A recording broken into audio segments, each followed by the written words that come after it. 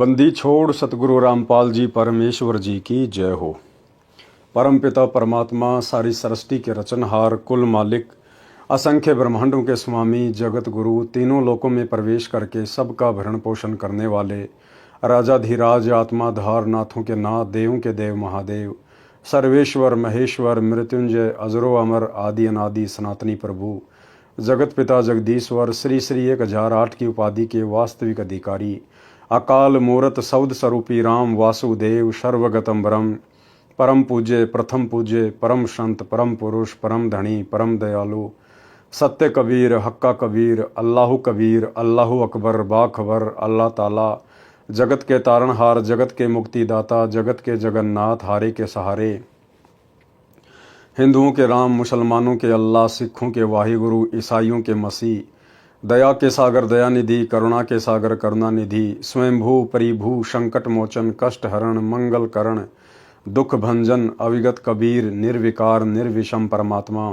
अलय अलेख सतगुरु, आदि अनादि सतगुरु, असली मर्यादा पुरुषोत्तम, असली राम, असली कृष्ण, असली घनश्याम, असली मुरारी, राजाओं के राजा, महाराजाओं के महाराजा, शहंशाहों के शहंशाह, सम्राटों के सम्राट, भगवानों के भगवान, अल्लाहों के अल्लाह, प्रभुओं के प्रभु, मसीहाओं के मसीह, सच्चे वाहिगुरु, बाबाओं के बाबा, पीरों के पीर, सेठों के सेठ, जगत सेठ, सावलसा सेठ, सर्वगुण संपन्न, अनंत कोटि कलाओं के स्वामी, अनंत कोटि ब्रह्मांडों के नायक, योगियों में महायोगी, ध्यानियों में महाध्यानी, सिद्धों में परम सिद्ध, ज्ञानियों में तत्व ज्ञानी, ब्रह्म ज्ञानी, महाज्ञानी, परम ज्ञानी, सर्वश्रेष्ठ ज्ञानी, विज्ञानी, युवा कबीर, समरथ कबीर, ऐशमवात, अमित ओझा, सच्चे रहनुमा, करीम अल्लाह, सुबहान अल्लाह, दुनिया के अंतिम पैगंबर, 8 सितंबर 1951 से गांव धनाना, जिला सोनीपत, हरियाणा, भारतवर्ष की पावन भूमि पर प्रकट रियल कल की भगवान श्री नारायण साकार हरि, श्री बाबा साहिब, शब्द स्वरूपी राम, संत श्रोमणी सतगुरु रामपाल जी परमेश्वर जी के चरण कमल में साध संगति से जुड़े हुए देश विदेश से आप और हम सभी सत्सेवक भाई बहनों का अनंत कोटि दंडवत प्रणाम।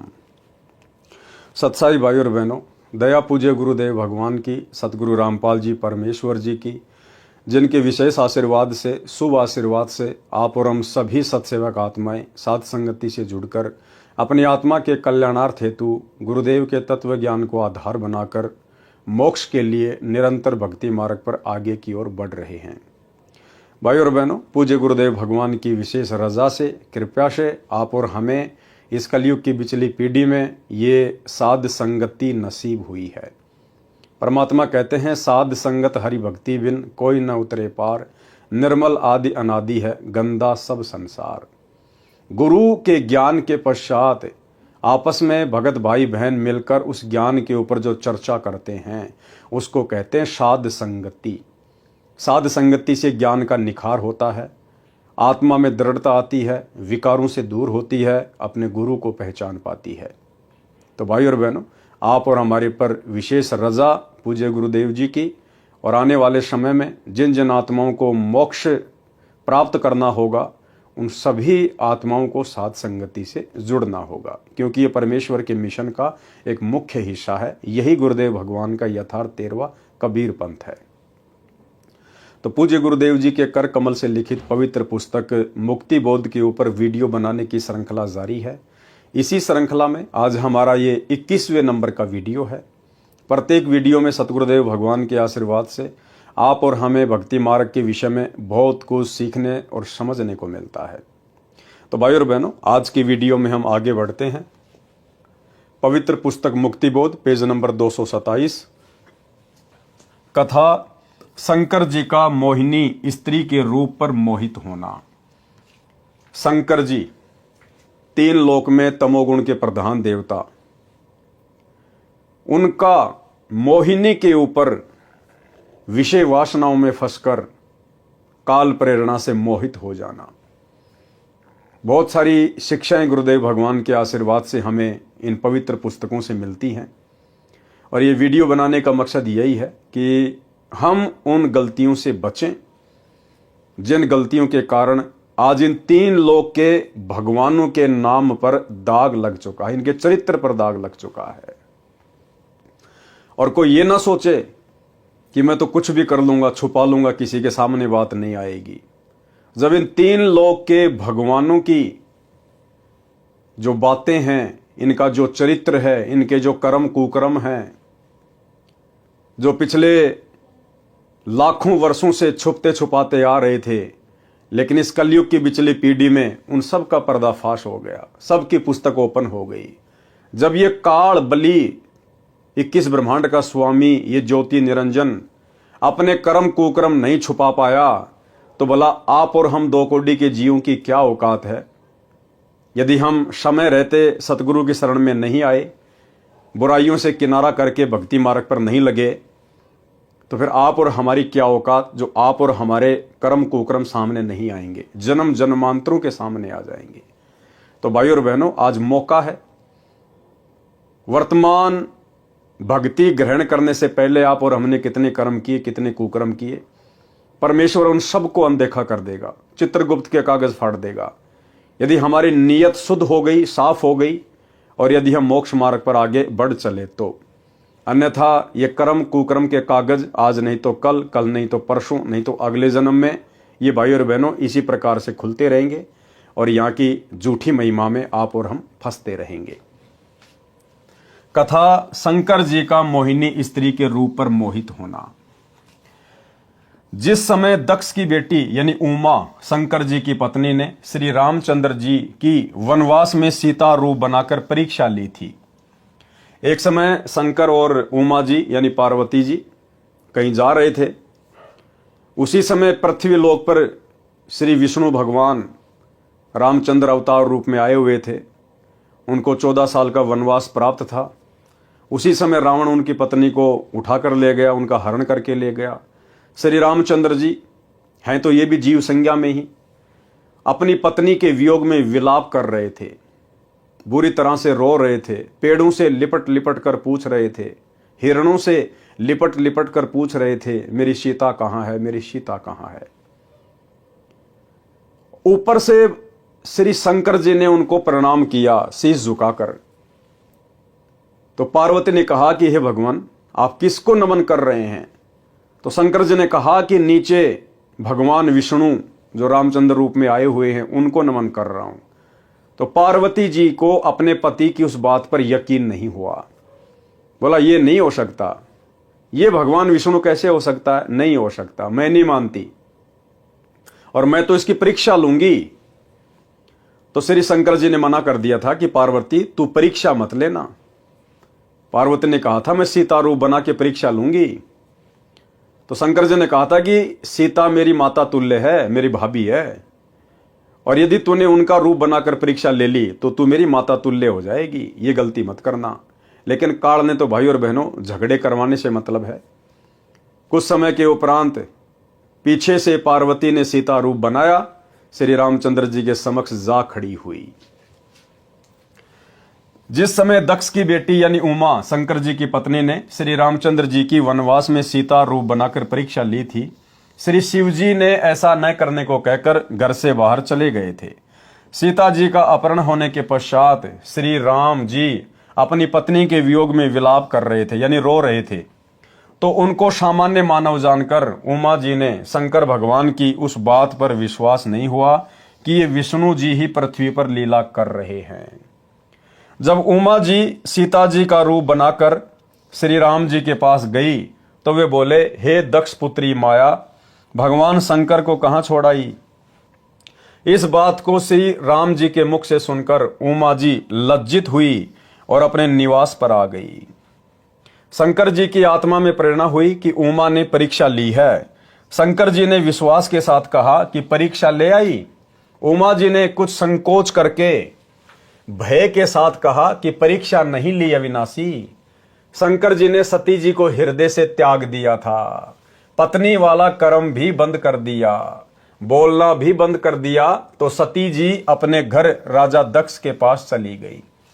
कहने का मतलब भाई और बहनों, जब तक हमें ज्ञान नहीं था हम सोचा करते थे ना जाने ये देवी देवता ब्रह्मा विष्णु महेश कैसे रहते होंगे, कैसे खाते होंगे, कैसे इनके कामकाज होंगे।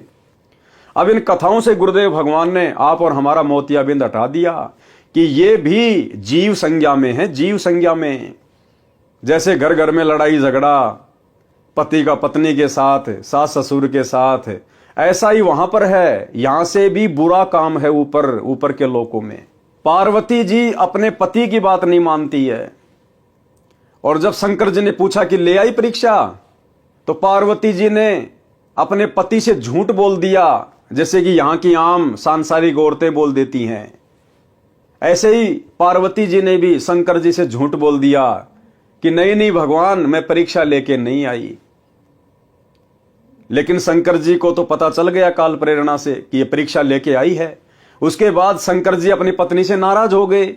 जैसे यहां के लोग छोड़ देते हैं, त्याग देते हैं, तलाक दे देते हैं, शारीरिक संबंध बनाना छोड़ देते हैं, ऐसे ही भगवान शंकर ने पार्वती के साथ पति पत्नी मिलन करना छोड़ दिया। उनको हृदय से त्याग दिया कि तू मेरी पत्नी नहीं है, तूने मेरे से झूठ क्यों बोला, मैं तो तेरे को अपने प्राणों से ज्यादा चाहता था, तेरे ऊपर इतना विश्वास करता था, और तूने मुझे झूठ बोल दिया। तो शंकर जी ने अपनी पत्नी को दिल से त्याग दिया, जैसे यहां के लोग छोटी छोटी बातों को लेकर और तलाक दे देते हैं। शंकर जी ने सती जी को हृदय से त्याग दिया था, पत्नी वाला कर्म भी बंद कर दिया, बोलना भी बंद कर दिया। तो सती जी अपने घर राजा दक्ष के पास चली गई। राजा दक्ष ने उसका आदर नहीं किया।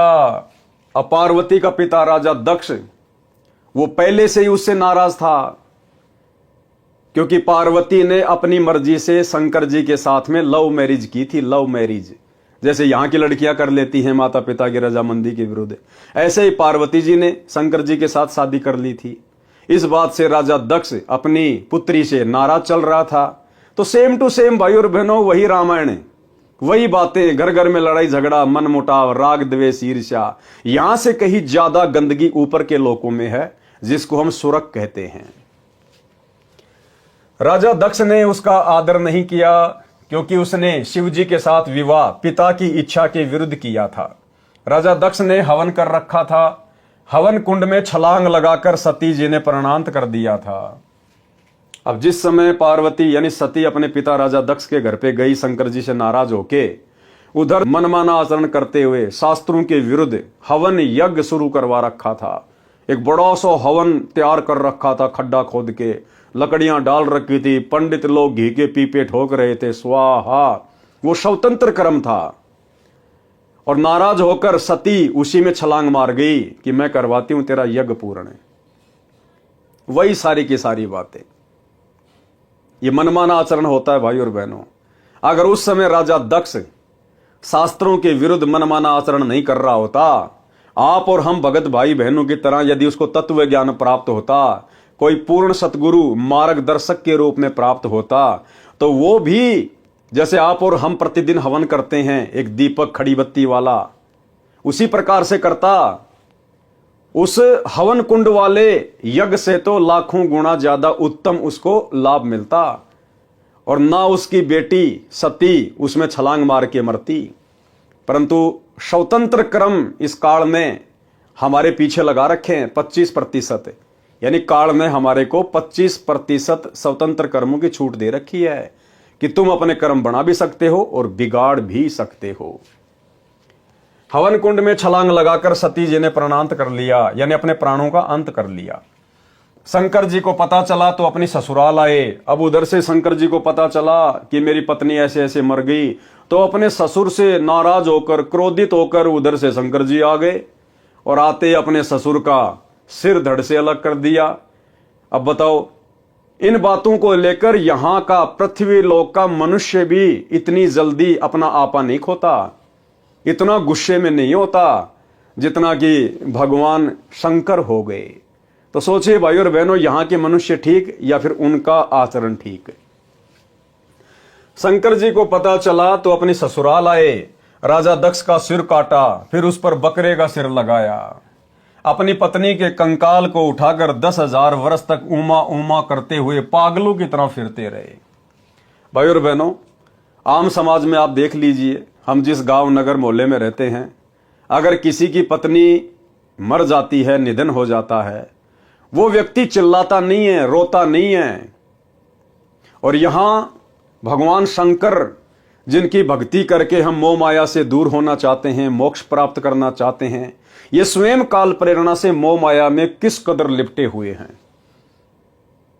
शंकर जी अपनी पत्नी के जले हुए उस कंकाल को, शरीर को सीने से लगाकर 10,000 वर्ष तक पागलों की तरह ना कुछ खाया, ना कुछ पिया, ना नहाने धोने पैरने की सुध, पागलों की तरह विचरण करते हुए हाय सती, जैसे बंदरिया का बच्चा मर जाता है, मरे हुए को अपना समझकर मोह माया में अपने सीने से लगाकर चिपका के रखती है। तो इसी प्रकार भगवान शंकर की हालत थी। अब सोचिए भाई और बहनों, इस काल ने सबसे ज्यादा ये गंदगी मोह माया की इन भगवानों को लगा रखी है या हम जीवों को लगा रखी है। आप और हम जीवों के ऊपर दया हो सकती है क्योंकि हम पृथ्वी पर हैं, मनुष्य रूप में हैं। मोक्ष का ये मुक्ति खेत है। इस 21 ब्रह्मांड में केवल पृथ्वी लोक पर ही मोक्ष संभव है, मनुष्य योनि में। इसलिए परमेश्वर ने आप और हमारे ऊपर रजा की हुई है, दया की हुई है। आप और हम इतना मोह माया में नहीं धसे हुए, नहीं फंसे हुए। आप और हम थोड़ा बहुत बुद्धि विवेक का इस्तेमाल कर लेते हैं, हमें समझाने वाले लाख लोग मिल जाते हैं, लेकिन वहां ऐसा नहीं है। आप और हमसे ज्यादा बुरी हालत मोह माया को लेकर, राग द्वेष ईर्ष्या को लेकर, रजोगुण को लेकर, तमोगुण को लेकर, शतोगुण को लेकर इन भगवानों की है, जिन भगवानों की भक्ति करके हम मोक्ष प्राप्त करना चाहते थे। अपनी पत्नी के कंकाल को उठाकर 10,000 वर्ष तक ऊमा ऊमा करते हुए पागलों की तरह फिरते रहे। एक दिन भगवान विष्णु जी ने सुदर्शन चक्र से उस कंकाल को टुकड़े टुकड़े कर दिया। किसने? भगवान विष्णु ने। रियल भगवान विष्णु, कबीर परमात्मा सतगुरु रामपाल जी ने। उस विष्णु ने नहीं, त्रिलोकीय विष्णु ने नहीं, लक्ष्मी के पति ने नहीं। रियल में विष्णु कौन है? अग्ने तनुरअसी विष्णवे तवा सोमस्य तनुरअसी, कबीर अंगारी असी बम्भारी असी, सवर ज्योति रित धामा असी। जो तीनों लोकों में प्रवेश करके सबका पालन पोषण करता है, वो है असली विष्णु। तो सतगुरु रामपाल जी परमेश्वर जी ने, इस कबीर परमात्मा ने विष्णु का रूप धारण करके और उस कंकाल के टुकड़े टुकड़े किए। 52 टुकड़े हो गए जो कहीं कहीं पर गिरे। कितने टुकड़े हुए? 52।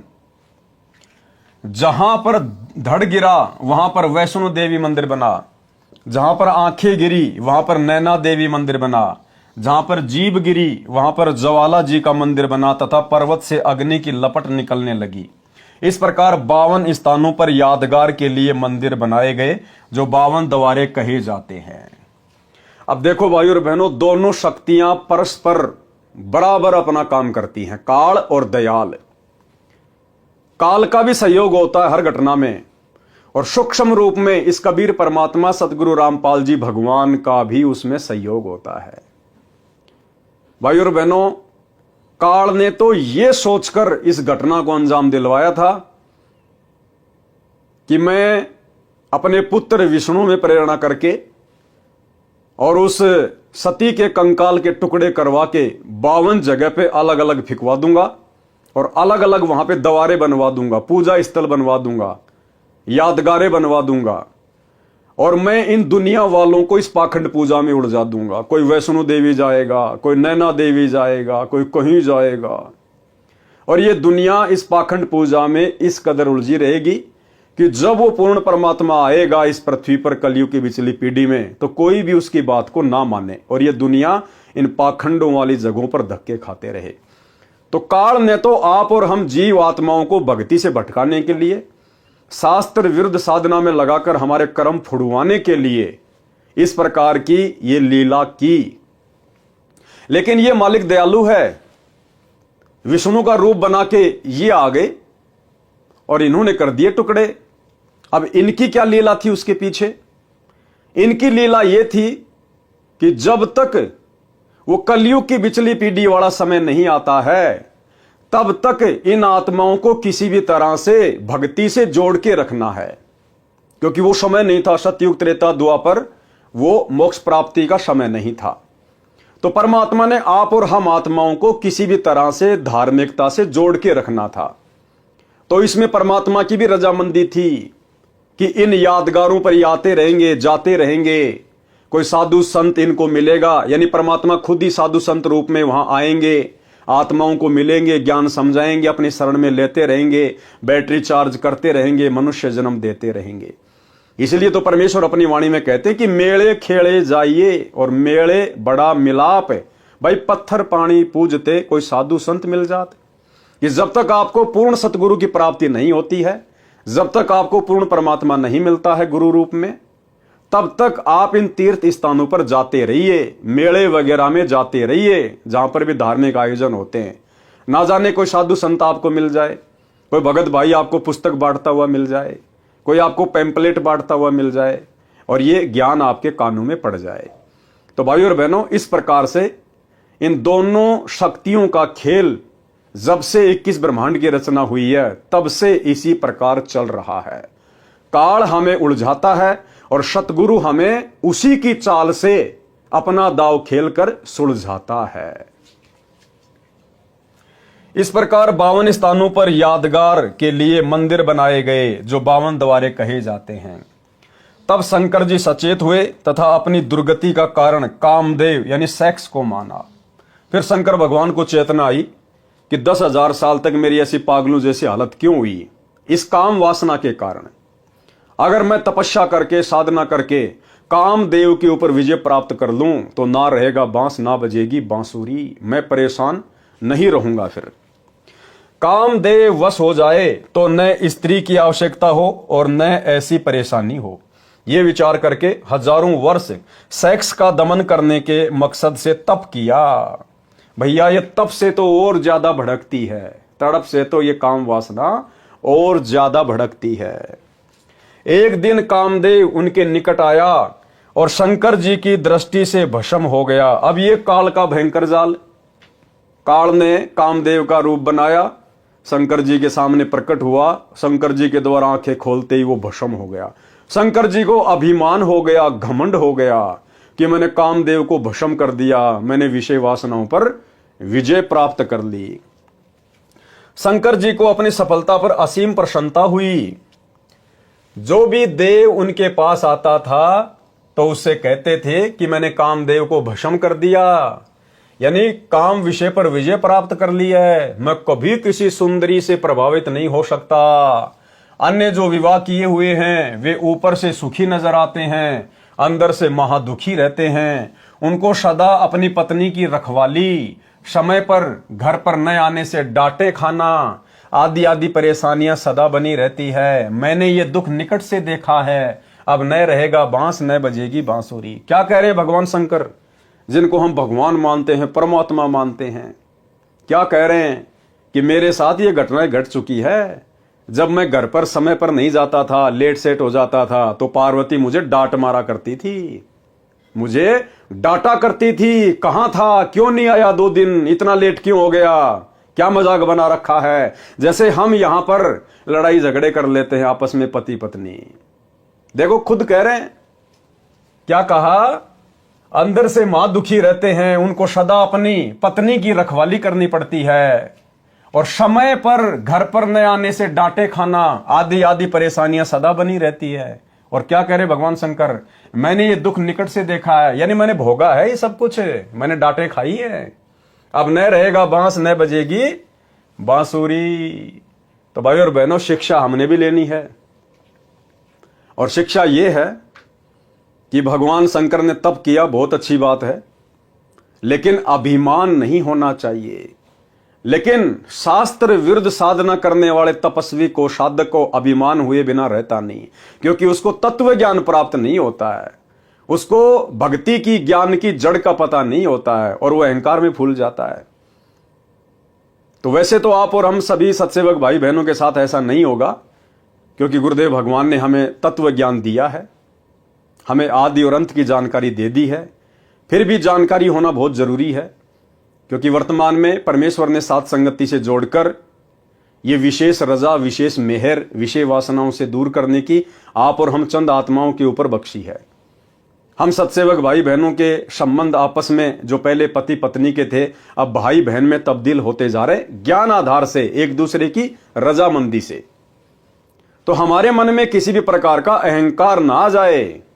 अगर अंश मात्र भी अहंकार आ गया मन में भी कि मैंने विषय वासनाओं पर विजय प्राप्त कर ली, मन में बहुत ज्यादा प्रसन्नता हो रही है। हां, इस बात को लेकर तो प्रसन्नता हो सकती है कि भगवान आपने दया बख्शी, गुरुदेव, हे मालिक मेरा पीछा छुड़वा दिया परमात्मा। पहले मैं बहुत दुखी रहता था मालिक, गंदगी अंदर भरी रहती थी, भक्ति सही से नहीं हो पा रही थी, मेरे भाव नहीं बन पा रहे थे परमात्मा। और जब से आपने दया बख्शी है पूज्य गुरुदेव, हे मालिक मुझे असीम प्रसन्नता है। मालिक मेरी बहुत अच्छी भक्ति चल रही है आपके आशीर्वाद से। यानी बीच में हमने परमात्मा को ही रखना है, क्योंकि गुरुदेव भगवान के आशीर्वाद बिना, इस सत भक्ति बिना, इस पूर्ण परमात्मा सतगुरु रामपाल जी भगवान के आशीर्वाद बिना, इनकी दया दृष्टि कृपा दृष्टि बिना, भाई और बहनों, इस विषय वासना के ऊपर कोई कंट्रोल कर लेगा, इस 21 ब्रह्मांड में कोई सोच भी नहीं सकता। शंकर जी का उदाहरण आप लोगों के सामने है, तो फिर आप और हम हैं क्या शंकर जी के सामने? जब उनको काल ने ठग लिया और आज हमें परमात्मा सहज में सफलता दिला रहे हैं, तो ये सफलता आप और हमारी किसी उपलब्धि का नतीजा नहीं है ना, गुरुदेव भगवान का आशीर्वाद है। परमात्मा ने रजा बख्शी है, परमात्मा ने कंट्रोल किया है। हम जीव हैं, हम कुछ नहीं कर सकते, हम तो रिमोट से चलने वाले प्राणी हैं। रिमोट अगर काल के हाथ लग गया तो वो डांस कराएगा, रिमोट अगर सतगुरु के हाथ में आ गया तो ये सतभक्ति करवाएगा। तो अगर हम किसी भी प्रकार की विषय वासनाओं से, बुराइयों से दूर हो रहे हैं, हमारे अंदर जो मलिनता, जो मैल जमा था, यदि वो धीरे धीरे हट रहा है, साफ हो रहा है, तो इसमें आप और हमारा कोई श्रेय नहीं है। सौपन में भी मत सोच लेना कभी कि मैं तो सुबह 4 बजे उठ के भक्ति करता हूं, मंत्र करता हूं, आरती करता हूं, मैं तो हर प्रकार से मर्यादा में हूं, इसलिए मैं कंट्रोल कर पा रहा हूं। नहीं भैया, आप चाहे लाख माला करते हो रोजाना, आप चाहे रात को 12 बजे अपना नित्य नियम पूरा कर लेते हो, उसके बावजूद भी आपकी अपनी कोई उपलब्धि नहीं है, आपका कोई श्रेय नहीं है। ये तो सतगुरु जिस पे दया करेगा वही आत्मा इन विषय विकारों से दूर हो सकती है। तो जो जो भाई बहन विषय विकारों से दूर हैं, गुरुदेव के आशीर्वाद से, सौपन में भी कभी घमंड अपने अंदर पैदा मत कर लेना। हाँ, दूसरों को समझाने के लिए लाख बार चर्चा करो कि भैया गुरुदेव के ज्ञान आधार से आप विचार करो, बड़ी मुश्किल से हमें ये कलयुग की पिछली पीढ़ी का समय प्राप्त हुआ है, भगवान ने हमें पैदा किया है, विशेष संयोग बनाया गुरुदेव ने, और भाई भक्ति मार्ग में विषय वासना बाधक हैं, परमात्मा की हजारों वाणियां संकेत कर रही हैं। तो भाई इन चीजों से हटने का प्रयास करो, गुरुदेव से बारंबार प्रार्थना करो, विनती करो, थोड़ी बहुत हिम्मत तुम भी लेके आओ ज्ञान से अपने अंदर, और इनसे दूर हुए बिना हमारी भक्ति सफल नहीं हो सकती। भग भोग्या भगूप जय, भग से बचा न कोई, जो कोई भग से बचे भगत कहावै सोई। तो हम एक दूसरे को समझा तो सकते हैं, लेकिन हमने विजय प्राप्त कर ली, इसका गुणगान नहीं करना, इसका बखान नहीं करना। अगर बताना भी पड़ जाए तो गुरुदेव को बीच में डाल के कि भाई देखो, दास भी पहले इन्हीं विषय विकारों में धसा हुआ था, और भाई गुरुदेव की रजा हुई, बहुत विशेष मेहर हुई पूज्य गुरुदेव की, परमात्मा ने दास के ऊपर रजा बख्शी, मेहर बख्शी, दास को मालिक ने दूर किया। इस प्रकार से हमने अपनी बातों को दूसरे के सामने रखना है, अहंकार वश नहीं। काल ब्रह्म को चिंता बनी कि यदि सब इस प्रकार स्त्री से घृणा करेंगे तो संसार का अंत हो जाएगा, मेरे लिए 1 लाख मानव का आहार कहां से आएगा। ठीक इसी प्रकार वर्तमान में ये काल, क्योंकि मन इसका एजेंट है, सारी ईमेल, सारे समाचार, सारे मैसेज, हमारे जीवन में जो भी कुछ घटित हो रहा है, ये उसका फैक्स भेजता रहता है काल को कि ये आत्माएं तेरे जाल से बाहर निकलने का प्रयास कर रही है, भाई देख लेना, मैंने तो तेरे को मैसेज दे दिया है। तो ये काल हर प्रकार से भाई और बहनों हमें उसी गंदगी में धकेलने का प्रयास करेगा। हम जिन जिन बुराइयों से दूर हटते जाएंगे गुरुदेव के आशीर्वाद से, काल जबरदस्ती उन्हीं बुराइयों को हमारे सामने पेश करेगा, ना चाहते हुए भी ऐसे ऐसे सीन दिखा देगा। मोबाइल में हम तो सत्संग सुनने के लिए ओपन करेंगे, अचानक से ऐड आ जाएगा, अर्धनगर लड़कियां डांस कर रही हैं। हम कहीं बाहर मार्केट में जा रहे हैं, अचानक से मैं माता बहनों का कोई ऐसा सीन दिखा देगा, कोई बेचारी बाथरूम करने के लिए बैठी है, अचानक से हमारी नजर जाएगी ना चाहते हुए भी।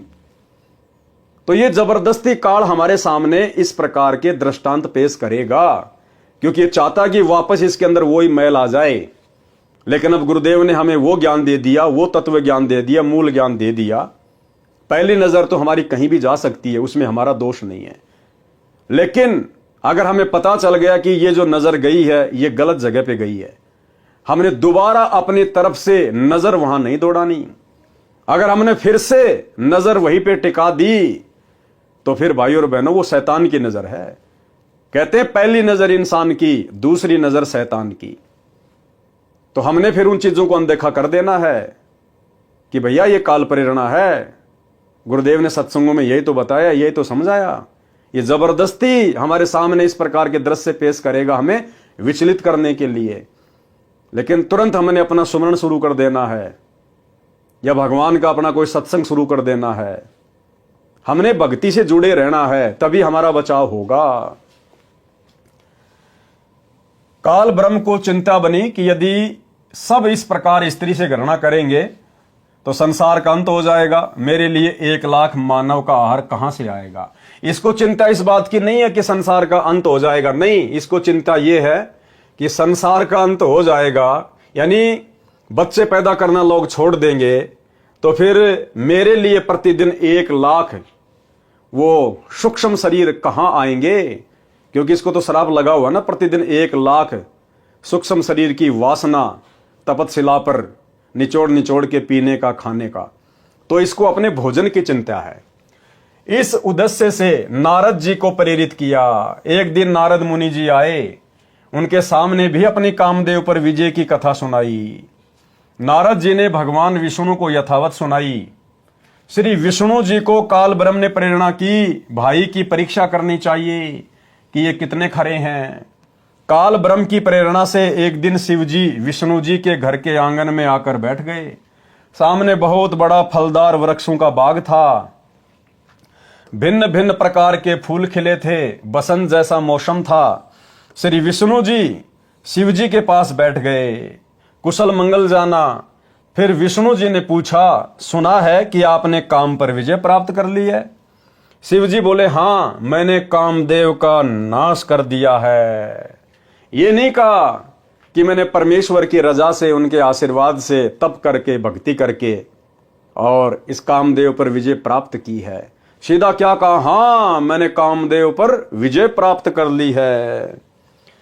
कुछ देर बाद शिव जी के मन में प्रेरणा हुई कि भगवान, मैंने सुना है कि सागर मंथन के समय आप जी ने मोहिनी रूप बनाकर राक्षसों को आकर्षित किया था। आप उस रूप में कैसे लग रहे थे, मैं देखना चाहता हूं।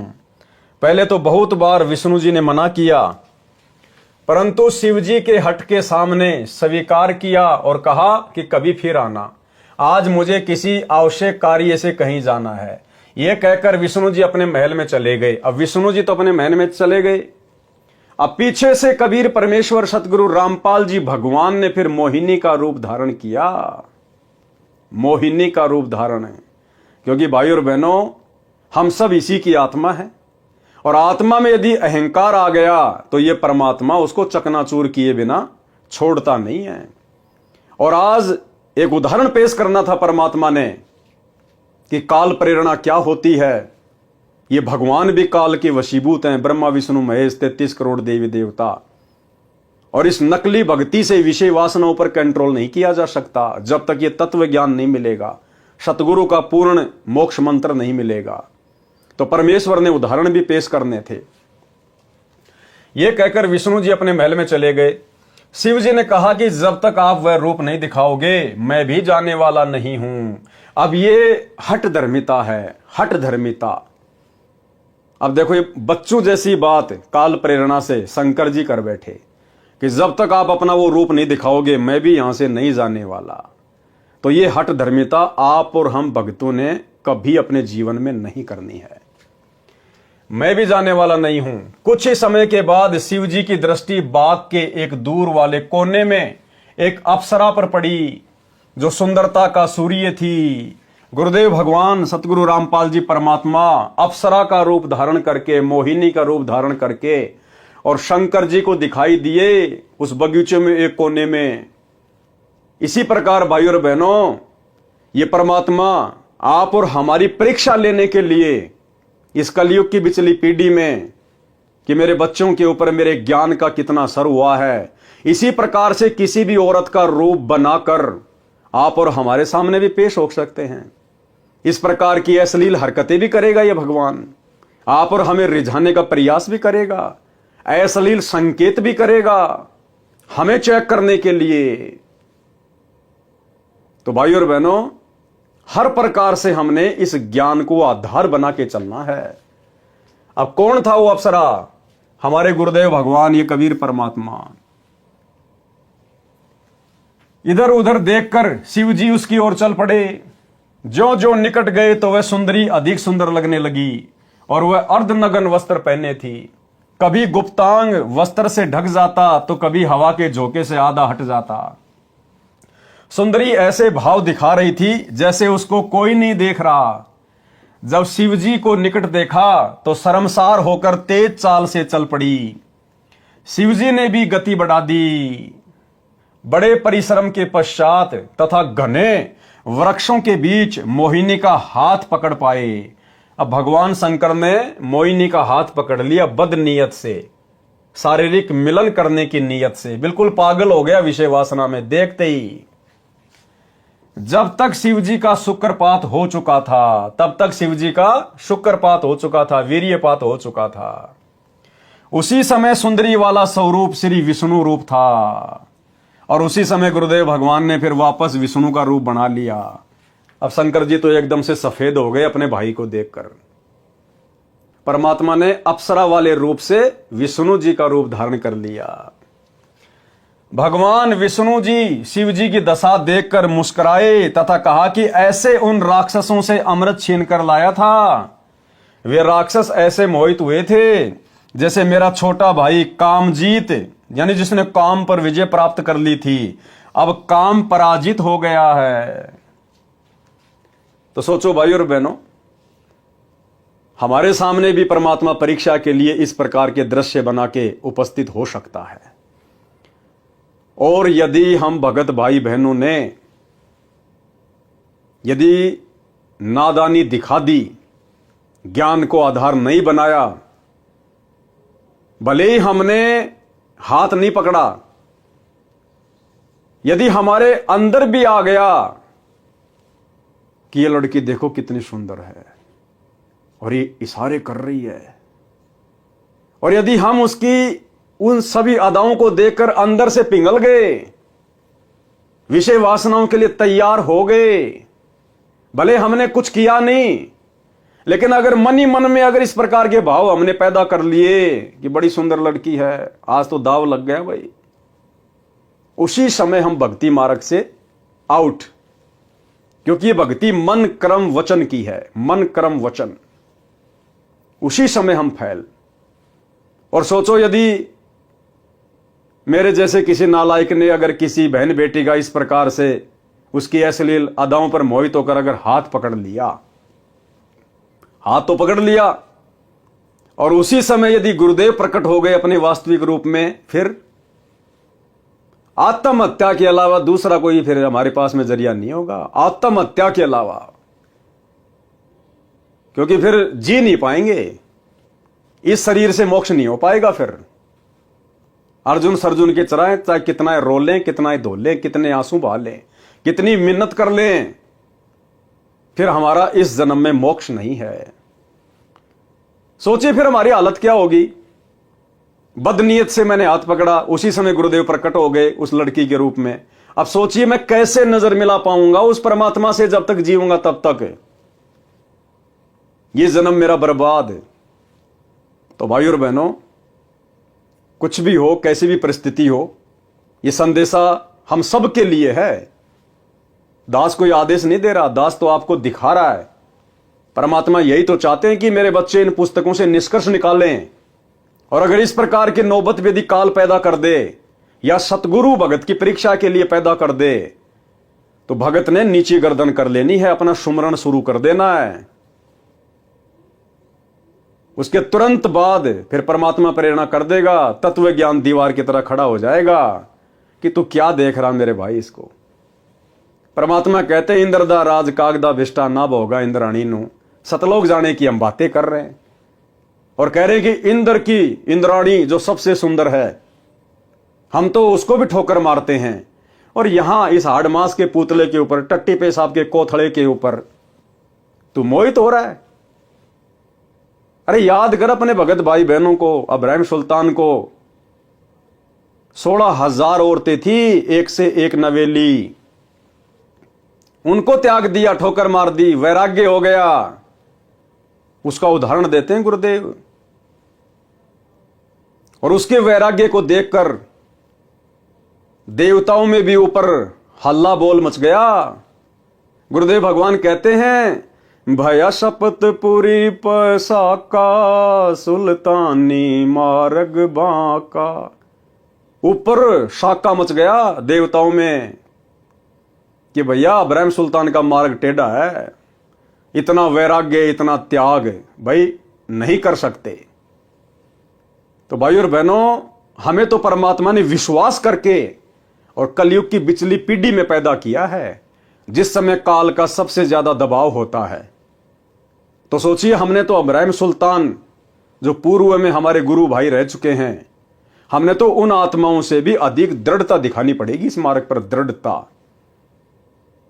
और भी कुछ नहीं कर सकते। और यदि ऐसा कोई धर्म संकट वाला समय आ जाए तो नीची गर्दन करके आगे बढ़ जाओ, अपने गुरुजी को याद करते हुए। 2-4-5 मिनट के बाद गुरुजी संभाल लेंगे, वापस वो काल प्रेरणा फिर धीरे धीरे समाप्त हो जाएगी। और अचानक से ये काल प्रेरणा उन्हीं आत्माओं में होती है जो अभी भक्ति पे पूरी तरह से दृढ़ नहीं है। वो इतने सुमरण नहीं कर पाते, इतनी भक्ति नहीं कर पाते जितनी परमात्मा हमसे करवाना चाहते हैं, क्योंकि भक्ति से ही सब कुछ होगा। परमात्मा कहते हैं जप तप संयम साधना सब सुमरण के माही, और कबीरा जाने राम जन सुमरण कछु नाही। तो भक्ति से ही धीरे धीरे हर प्रकार की बुराइयों के ऊपर परमात्मा विजय प्राप्त करवाएगा। तो कहने का मतलब है हमने अलर्ट रहना है, अलर्ट। भगवान विष्णु जी शिव जी की दशा देखकर मुस्कुराए तथा कहा कि ऐसे उन राक्षसों से अमृत छीन कर लाया था। वे राक्षस ऐसे मोहित हुए थे जैसे मेरा छोटा भाई कामजीत अब काम पराजित हो गया। शिव जी ने उसके पश्चात हिमालय राजा की बेटी पार्वती से अंतिम बार विवाह किया। पार्वती वाली आत्मा वही है जो सती जी थी। पार्वती रूप में अमरनाथ स्थान पर अमर मंत्र शिव जी से प्राप्त करके कुछ समय के लिए अमर हुई। इस प्रकार वाणी में कहा है कि शंकर जी की समाधि तो अडिग यानी न डिगने वाली थी, जैसा पौराणिक मानते हैं। वह भी मोहे गए यानी काल के द्वारा छले गए, माया के वश हो गए। वाणी नंबर 140 में बताया है कि भगवान शिव की पत्नी पार्वती तीनों लोकों में सबसे सुंदर स्त्रियों में से एक है। शिव राजा ऐसी सुंदर पत्नी को छोड़कर मोहिनी स्त्री के पीछे चल पड़े। पहले 88,000 वर्ष तप किया, फिर लाख वर्ष तक तप किया सेक्स पर विजय पाने के लिए, और भ्रम भी था कि मैंने काम जीत लिया, लेकिन फिर हार गया। पारक के अंक की वाणी नंबर 145। गरीब कृष्ण गोपी का भोग कर फेर जति कहलाया, या की गति पाई नहीं ऐसे त्रिभुवन राया। सरलार्थ, श्री कृष्ण जी के विषय में श्रीमद् भागवत सुधा सागर में प्रमाण है कि श्री कृष्ण मथुरा वृंदावन की गोपियों यानी गोपों की स्त्रियों के साथ संभोग यानी सेक्स किया करते थे। वे फिर भी जति कहलाए। जति कौन होता है? अपनी स्त्री के अतिरिक्त अन्य की स्त्री से कभी संभोग न करने वाला या पूर्ण रूप से ब्रह्मचारी को जति कहते हैं। उसका भेद ही नहीं पाया। ऐसे ये 3 लोक के मालिक श्री कृष्ण के अंदर प्रवेश करके काल ब्रह्म गोपियों से सेक्स करता था। स्त्रियों को तो श्री कृष्ण नजर आता था, काल ब्रह्म सब कार्य गुप्त करता है। तो भाई और बहनों, वर्तमान में यदि इस काल ब्रह्म की ऐसी गुप्त षड्यंत्रकारी लीलाओं से कोई बच सकता है तो केवल सतगुरु का भगत, क्योंकि सतगुरु के शब्द में, सतगुरु के ज्ञान में वो शक्ति है। अगर मर्यादा में रहेंगे तो ये निकट नहीं आएगा। वाणी नंबर 142 से 144 से। गरीब यो बीजक विस्तार है, मन की झाल किलोल, पुत्री ब्रह्मा देख कर हो गए डामाडोल। ब्रह्मा जी भी इसके सामने नहीं टिक पाए।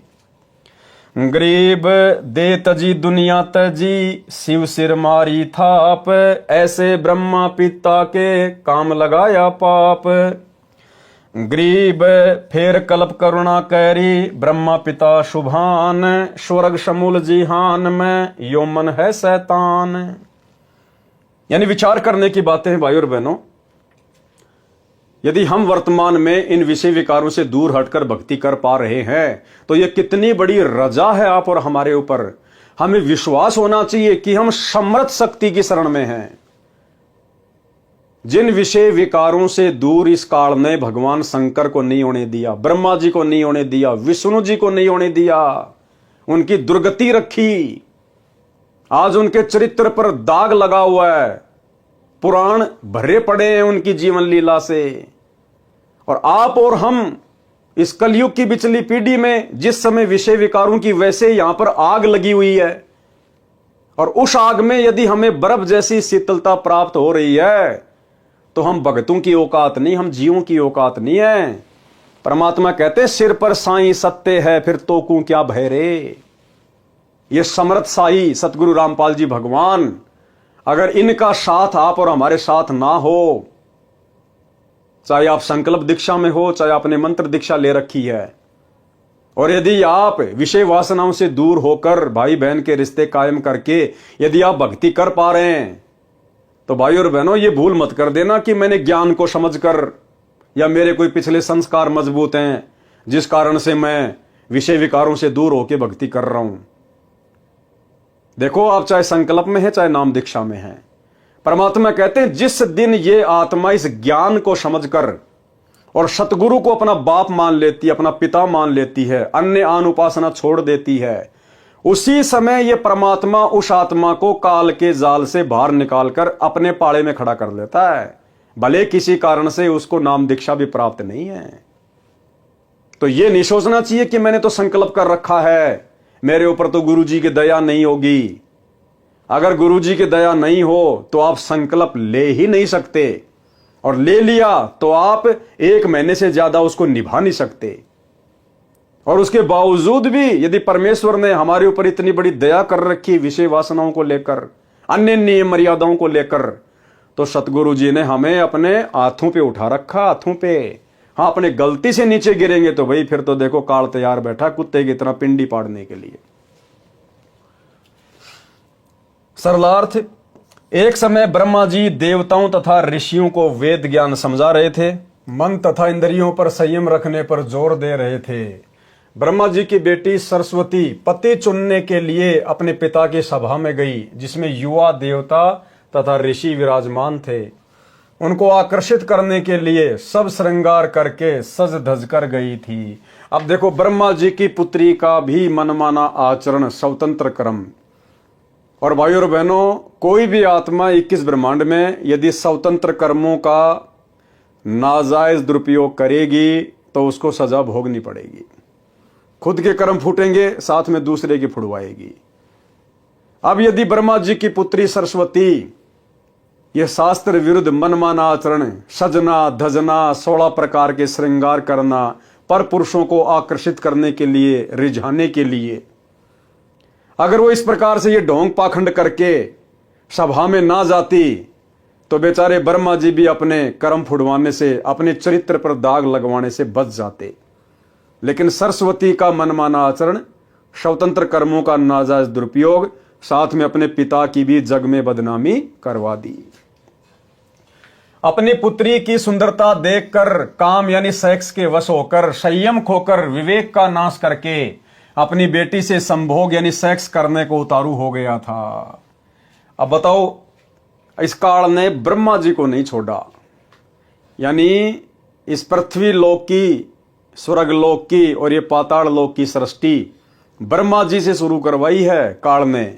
यानी ब्रह्मा जी को तीनों लोकों का प्रजापति कहा जाता है।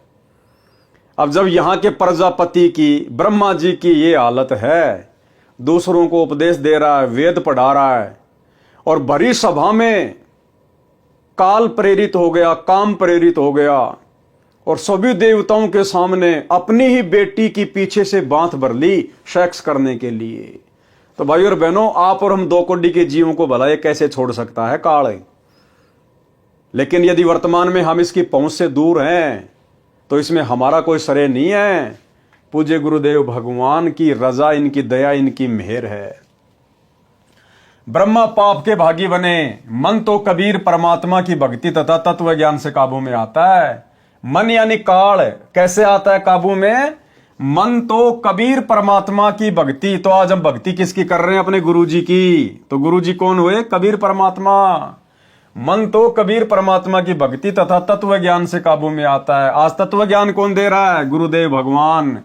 तो कौन हुए हमारे गुरुदेव? स्वयं कबीर परमात्मा। वाणी नंबर 146।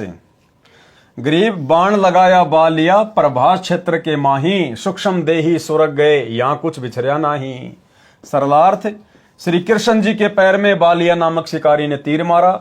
श्री कृष्ण जी की मृत्यु हो गई, परंतु सूक्ष्म शरीर सहित स्वर्ग चला गया। वाणी नंबर 147 से 149। गरीब दुर्वासा कोपे तहां, समझ न आई नीच, 56 कोटि यादव कटे, मची रुधिर की कींच। गरीब गुद्दड़ गर्भ बनाए कर, कीनी बहुत मजाक, डरिए साईं संत से, सुखदेव बोले साख। गरीब 10,000 पुत्र कटे, गोपी काव्यो लूटी, गणिका चढ़ी विमान में, भाव भक्ति से छूटी। अब देखो यहां परमात्मा ने हमें 2 शिक्षा दी हैं। सबसे पहली शिक्षा, हम संत बन गए, भगत बन गए। तो आप और हमने अब गुरुदेव के आशीर्वाद से अपने गुस्से पर, अपने क्रोध पर कंट्रोल करके, अगम निगम की सोच के हमने एक एक शब्द अपनी जुबान से निकालना है। दुर्वासा संत था और अंत में उसने क्या कर दिया? जरा सी बात के ऊपर वहां के लड़कों ने, श्री कृष्ण जी के लड़के प्रद्युम्न ने और अन्य लड़कों ने जरा सा मजाक कर दिया उसके साथ में। उसने श्राप दे दिया, 56 करोड़ यादव आपस में कट कट के मर गए, खून की नदियां बह गई। तो परमात्मा कहते हैं ये संतों के लक्षण नहीं, संतों के स्वभाव नहीं, भक्तों के अंदर ऐसे लक्षण नहीं होने चाहिए। हमने सहनशील होना पड़ेगा, हमने संयमित होना पड़ेगा। भाई हम तो समर्थ की शरण में हैं, अगर हम मर्यादा में हैं तो हमारा तो कोई कुछ बिगाड़ नहीं सकता, चाहे कितना मजाक करे, कितना कुछ करे। फिर हमने किसी को भला बुरा बोलने की क्या आवश्यकता? दूसरी शिक्षा यह है कि साधु संतों के साथ में अनर्गल मजाक भी नहीं करना चाहिए। मजाक तो करना ही नहीं चाहिए। भाई कोई अपनी भक्ति कर रहा है, जैसे भी कर रहा है, हमने मजाक नहीं करना चाहिए उनके साथ में, उनका मजाक नहीं उड़ाना चाहिए, उनके साथ में हटकेलियां नहीं करनी चाहिए, उनको हल्के में नहीं लेना चाहिए। तो श्री कृष्ण जी के बेटे प्रद्युम्न ने और उसके साथियों ने दुर्वासा ऋषि के साथ में मजाक किया, हल्के में लिया संतों को, भक्तों को, जिस कारण से पूरे यादव कुल का सर्वनाश हो गया। सरलार्थ, एक समय दुर्वासा ऋषि द्वारिका नगरी के पास वन में आकर ठहरा, धूणा अग्नि लगाकर तपस्या करने लगा। दुर्वासा ऋषि श्री कृष्ण जी के आध्यात्मिक गुरु थे। ऋषि संदीपनी जी श्री कृष्ण जी के अक्षर ज्ञान करवाने वाले शिक्षक यानी गुरु थे। श्री कृष्ण जी के 2 गुरु थे, एक संदीपनी और एक दुर्वासा जी। संदीपनी जी ने केवल उनको अक्षर ज्ञान करवाया, उनको पढ़ना लिखना सिखाया, और दूसरे दुर्वासा ऋषि, उन्होंने आध्यात्मिक ज्ञान दिया, भक्ति का मार्ग बताया। दुर्वासा जी की ख्याति चारों ओर द्वारिका नगरी में फैल गई कि ऐसे पहुंचे हुए ऋषि हैं, भूत भविष्य तथा वर्तमान की सब जानते हैं। द्वारिका के निवासी श्री कृष्ण से अधिक किसी भी ऋषि व देव को नहीं मानते थे। उनको अभिमान था कि हमारे साथ श्री कृष्ण हैं, कोई भी देव ऋषि व साधु हमारा कुछ नहीं बिगाड़ सकता। और यही अभिमान बरवाला कांड 2014 में सतलोक आश्रम मैनेजमेंट हरियाणा को ले डूबा, गुरुदेव के बेटा बेटी भाई बंधु रिश्तेदारों को ले डूबा। अहंकार में आ गए कि हमारे साथ तो गुरुजी हैं, हमारा भला कौन क्या बिगाड़ देगा। हमारे साथ तो लाखों की संगत है, कमांडो बन के मरने मारने के लिए तैयार हैं। हमारे पास तो संगत के दान का करोड़ों रुपया है, प्रशासन हमारा क्या बिगाड़ लेगा। और अपनी नादानी के चलते प्रशासन से पंगा ले लिया। भक्तों को बेचारों को गुरुजी का आदेश बता के काले कपड़े पहना के हाथों में लठ पत्थर पेट्रोल बम दे के खड़ा कर दिया मरने मारने के लिए। यही अहंकार 2014 में गुरुजी के परिवार को ले डूबा, सतलोक आश्रम मैनेजमेंट हरियाणा को ले डूबा। उनको अभिमान था कि हमारे साथ श्री कृष्ण हैं, कोई भी देव ऋषि व साधु हमारा कुछ नहीं बिगाड़ सकता। श्री कृष्ण को सर्वशक्तिमान मान रखा था। द्वारिका के नौजवानों को शरारत सूझी, आपस में विचार किया कि साधु लोग ढोंगी होते हैं, इनकी पोल खोलनी चाहिए, चलो दुर्वासा ऋषि की परीक्षा लेते हैं। श्री कृष्ण के पुत्र प्रद्युम्न ने गर्भवती स्त्री का स्वांग धारण किया, पेट के ऊपर छोटा कड़ाहा बांधा, उसके ऊपर रुई लोगड़ रखकर वस्त्र बांधकर स्त्री के कपड़े पहना दिए, उसका एक पति बना लिया। 7-8 नौजवान यादव उनके साथ दुर्वासा के डेरे में गए और प्रणाम करके निवेदन किया कि ऋषि जी, आपका बहुत नाम सुना है कि आप भूत भविष्य तथा वर्तमान की जानते हैं। ये पति पत्नी हैं, इनके विवाह के 12 वर्ष बाद परमात्मा ने संतान की आशा पूरी की है। ये जानना चाहते हैं कि गर्भ में लड़का होगा या लड़की। ये जानने के लिए उतावले हो रहे हैं, कृपया बताने का कष्ट करें। ये मजाक भक्तों को शोभा नहीं देता। गुरुदेव भगवान कहते हैं, तीर कमान से और बात जुबान से एक बार निकल गई वापस नहीं आती है। इसलिए भक्तों ने बहुत सोच समझकर शब्द अपनी जिह्वा से निकालने चाहिए। सुनिए छोटा सा सत्संग। अब वही तो बात है ना, कहते हैं तीर कमान से और वचन जुबान से निकलने के बाद वो वापस नहीं आता। तो सोच समझ कर हमने हर क्रिया बोल चाल करनी चाहिए। और भाई और बहनों, परमात्मा ने महाभारत का जिक्र करते हुए बताया कि एक छोटे से मजाक के कारण द्रौपदी ने अपना देवर समझकर दुर्योधन के साथ छोटा सा मजाक किया था कि अंधों की संतान अंधी होती है। और उस एक शब्द ने महाभारत करवा दी महाभारत। तो हम भक्तों ने इस भक्ति मार्ग पर, विशेषकर वर्तमान में हम सत्सेवक भाई बहनों ने बहुत ही सोच समझ के इन शब्दों का प्रयोग करना है। दुर्वासा ऋषि ने ध्यान लगाकर देखा तो सब समझ में आ गया। क्रोध में भरकर बोला, बताऊं क्या होगा। सबने एक स्वर में कहा कि हाँ ऋषि जी बताओ। दुर्वासा बोला कि इस गर्भ से यादव कुल का नाश होगा।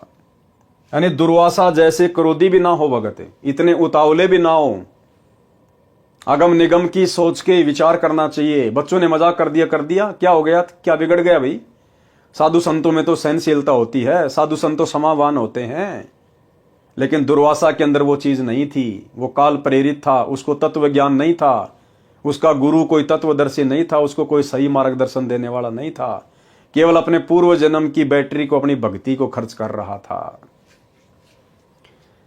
दुर्वासा बोला कि इस गर्भ से यादव कुल का नाश होगा, चले जाओ यहां से। सब भाग लिए। गांव में बुद्धिमान बुजुर्गों को पता चला कि बच्चों ने ऋषि दुर्वासा के साथ मजाक कर दिया। ऋषि ने यादव कुल का नाश होने का श्राप दे दिया है, जुल्म हो गया, सब मरेंगे, अब क्या उपाय किया जाए।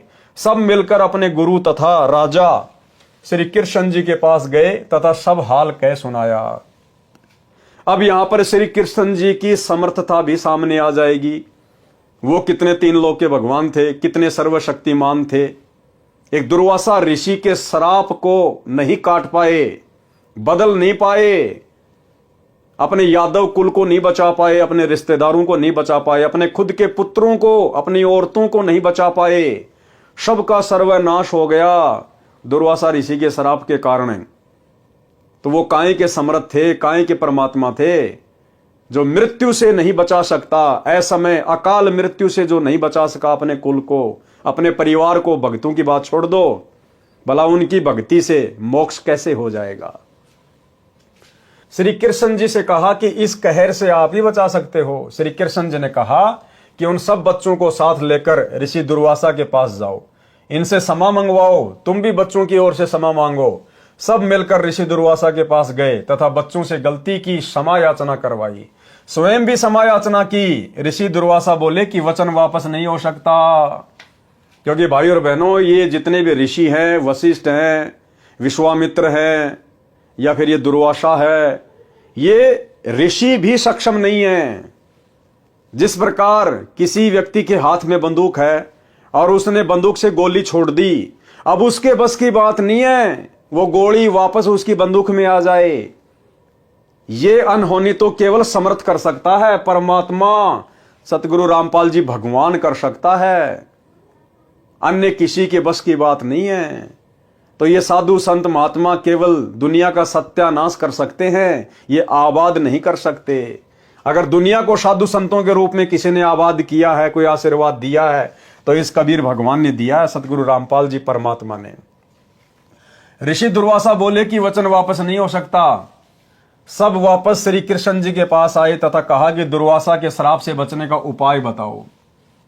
अब देखिए दुनिया जिस श्री कृष्ण जी की भक्ति करती है, अब श्री कृष्ण जी उपाय भी ढंग का नहीं बता पाए।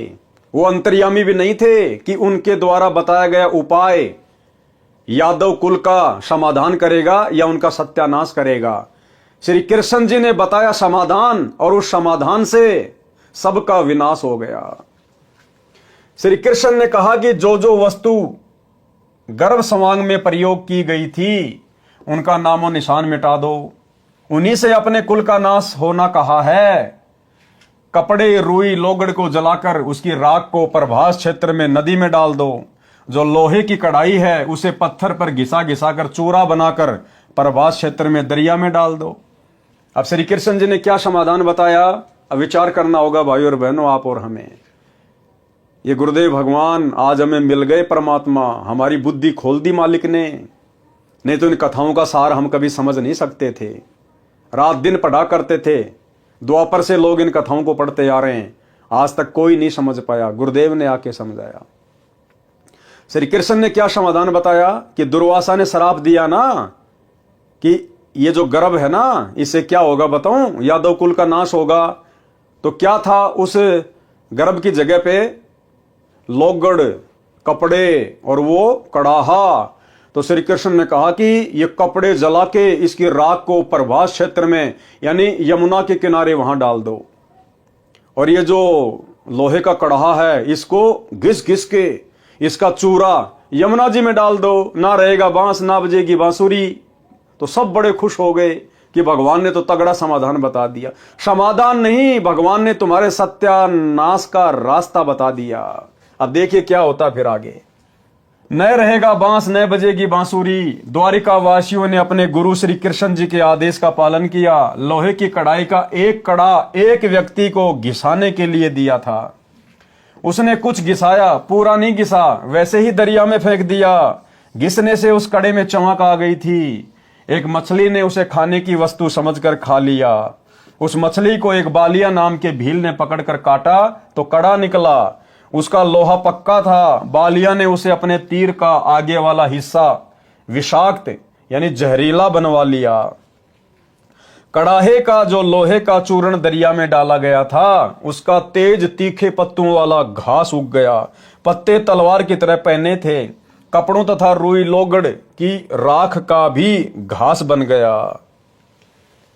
कुछ वर्षों के बाद दुर्वासा के श्राप के कारण द्वारिका में अनहोनी घटनाएं होने लगी। आपसी झगड़े होने लगे, एक दूसरे को छोटी सी बात पर मारने लगे। सारी द्वारिका में उपद्रव होने लगा। द्वारिका नगरी के बड़े सयाने लोग मिलकर श्री कृष्ण जी के पास गए, दोबारा गए श्री कृष्ण जी के पास तथा दुख बताया कि नगरी में किसी को किसी का बोल अच्छा नहीं लग रहा।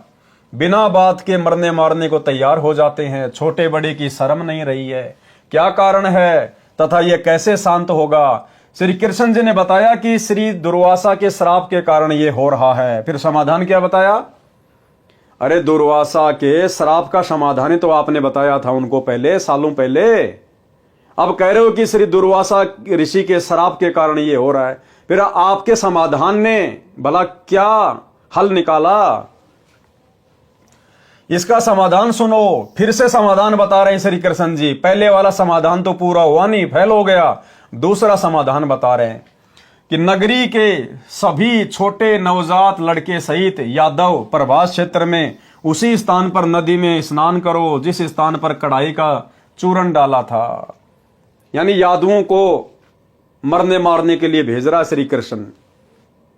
और यादव समझ रहे हैं कि इससे हमारा समाधान होगा। ये काल प्रेरणा भाई और बहनों, ये तीन लोक के भगवान भी काल की रेंज से बाहर नहीं है। श्राप से बचने के लिए द्वारिका नगरी के सब बालक, नौजवान तथा वृद्ध स्नान करने गए। श्री कृष्ण जी के कहने से स्नान करके बाहर निकलकर एक दूसरे से गाली गलौज करने लगे और उस कढ़ाई के चूरे से उत्पन्न घास को उखाड़कर एक दूसरे को मारने लगे। तलवार की तरह घास से सिर कटकर दूर गिरने लगे। कुछ व्यक्ति बचे थे, अन्य सब के सब लड़कर मर गए। उन बचे हुओं को ज्योति निरंजन काल ने स्वयं श्री कृष्ण जी में प्रवेश करके उस घास से मार डाला। अकेला श्री कृष्ण बचा था। अब श्री कृष्ण जी ने खुद की मौत का सामान खुद ही तैयार करवाया कि उस कढ़ाई को जमुना जी में घसो। एक आलसी व्यक्ति को दे दिया, लास्ट में उसने वो कढ़ाई से कैसे फेंक दिया। क्या श्री कृष्ण जी को नहीं पता था इस बात का कि इस प्रकार से वहां पर उस कढ़ाई को घिसा जाएगा और एक व्यक्ति उसके कड़े को ऐसा का ऐसा यमुना में डाल देगा। वो कड़ा एक मछली खा जाएगी, मछली को एक बालिया नाम का भील उसको पकड़ लेगा और वो फिर उस कड़े से अपना जहरीला तीर बनवाएगा और उसी तीर से तेरी मृत्यु होगी। फिर काहे के भगवान, काहे के अंतर्यामी, जब उनको इतना ही पता नहीं, खुद की मौत का सामान खुद ने तैयार करवा लिया, तो भला अन्य का, यादुओं का कहां से वो समाधान करते। और आज उनके चले जाने के बाद दुनिया उनके मंदिर बना बना के तालियां पीट रही है, घंटियां बजा रही है, भंडारे कर रही है। आज क्या मिल जाएगा भाई, जब वो रहते सहते अपने खानदान को, अपनी औरतों को, अपने लड़कों को, अपने रिश्तेदारों को मरने से नहीं बचा पाए, एक शराब से नहीं बचा पाए, तो आज उनके चले जाने के बाद भला आज उनकी भक्ति करने से, मंदिर बनाने से, मूर्ति बनाने से, उनकी जन्माष्टमी मनाने से आज क्या लाभ होगा? 0/0। दुनिया अंधकार में जी रही है बिना सतगुरु के तत्व ज्ञान के।